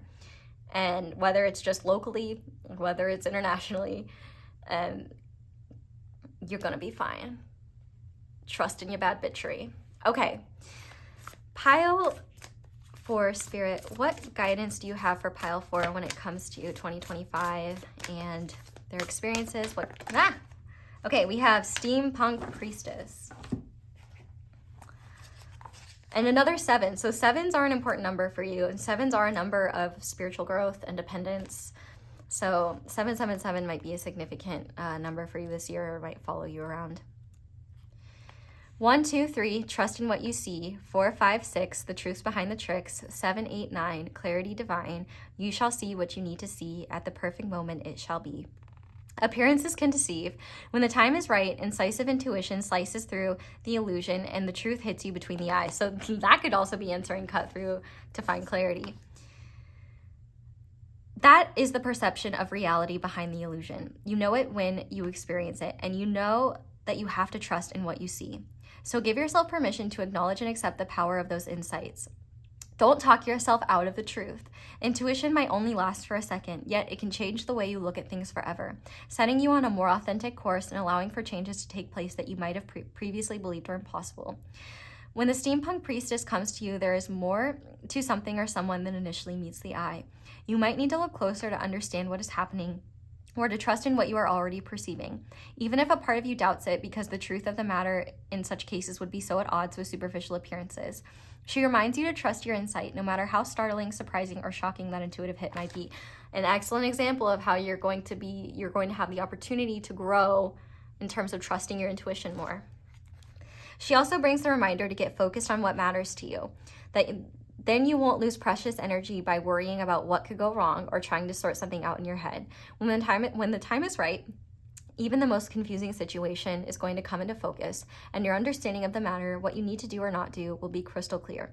Set an intention for clarity. You can do this with the healing trick below, and trust in what you see. So I'm going to go ahead and hold this up. So if you want to screenshot this and do the healing trick, and there's also an affirmation that says, "The eye of love in my heart and the eye of light in my head show me the truths most helpful for me to see at the perfect time and in the perfect way. I feel relaxed and comfortable, trusting in what I see when I see it." And I feel like that's definitely your theme.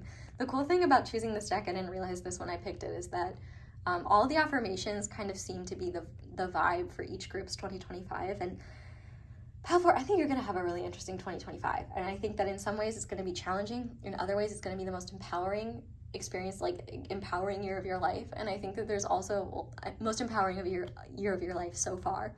And I feel like you're going to feel more like yourself and also more bewildered than you ever have, and be also just humbled by the power of your own spirit and the power of your own influence in the world and all the good that you can create with it. And to not let the fear of dissent or the fear of being misunderstood stop you from sharing that badass light with the world. So pile 4, that is where I'm going to leave your reading. Thank you guys so much for watching. Thank you so much for letting my ads play in the background. If you would like to support me or show appreciation for my channel, you can like this video, comment down below, let me know how it resonates, subscribe if you haven't already, click that little notification bell so you're notified whenever I upload a new reading. You can check out my merch, you can check out my social media, you can check out my candles, be sure to use code ASO10 for 10% off. You can check out my other videos, especially ones with extendeds, but that's all I have for you guys. So thank you so much for watching. Oh, shout out to my notification squad, I love you guys, and my intro squad. I hope you all have a wonderful day or night whenever it is that you're watching this video, and I hope you'll come back in and see me again soon. Bye!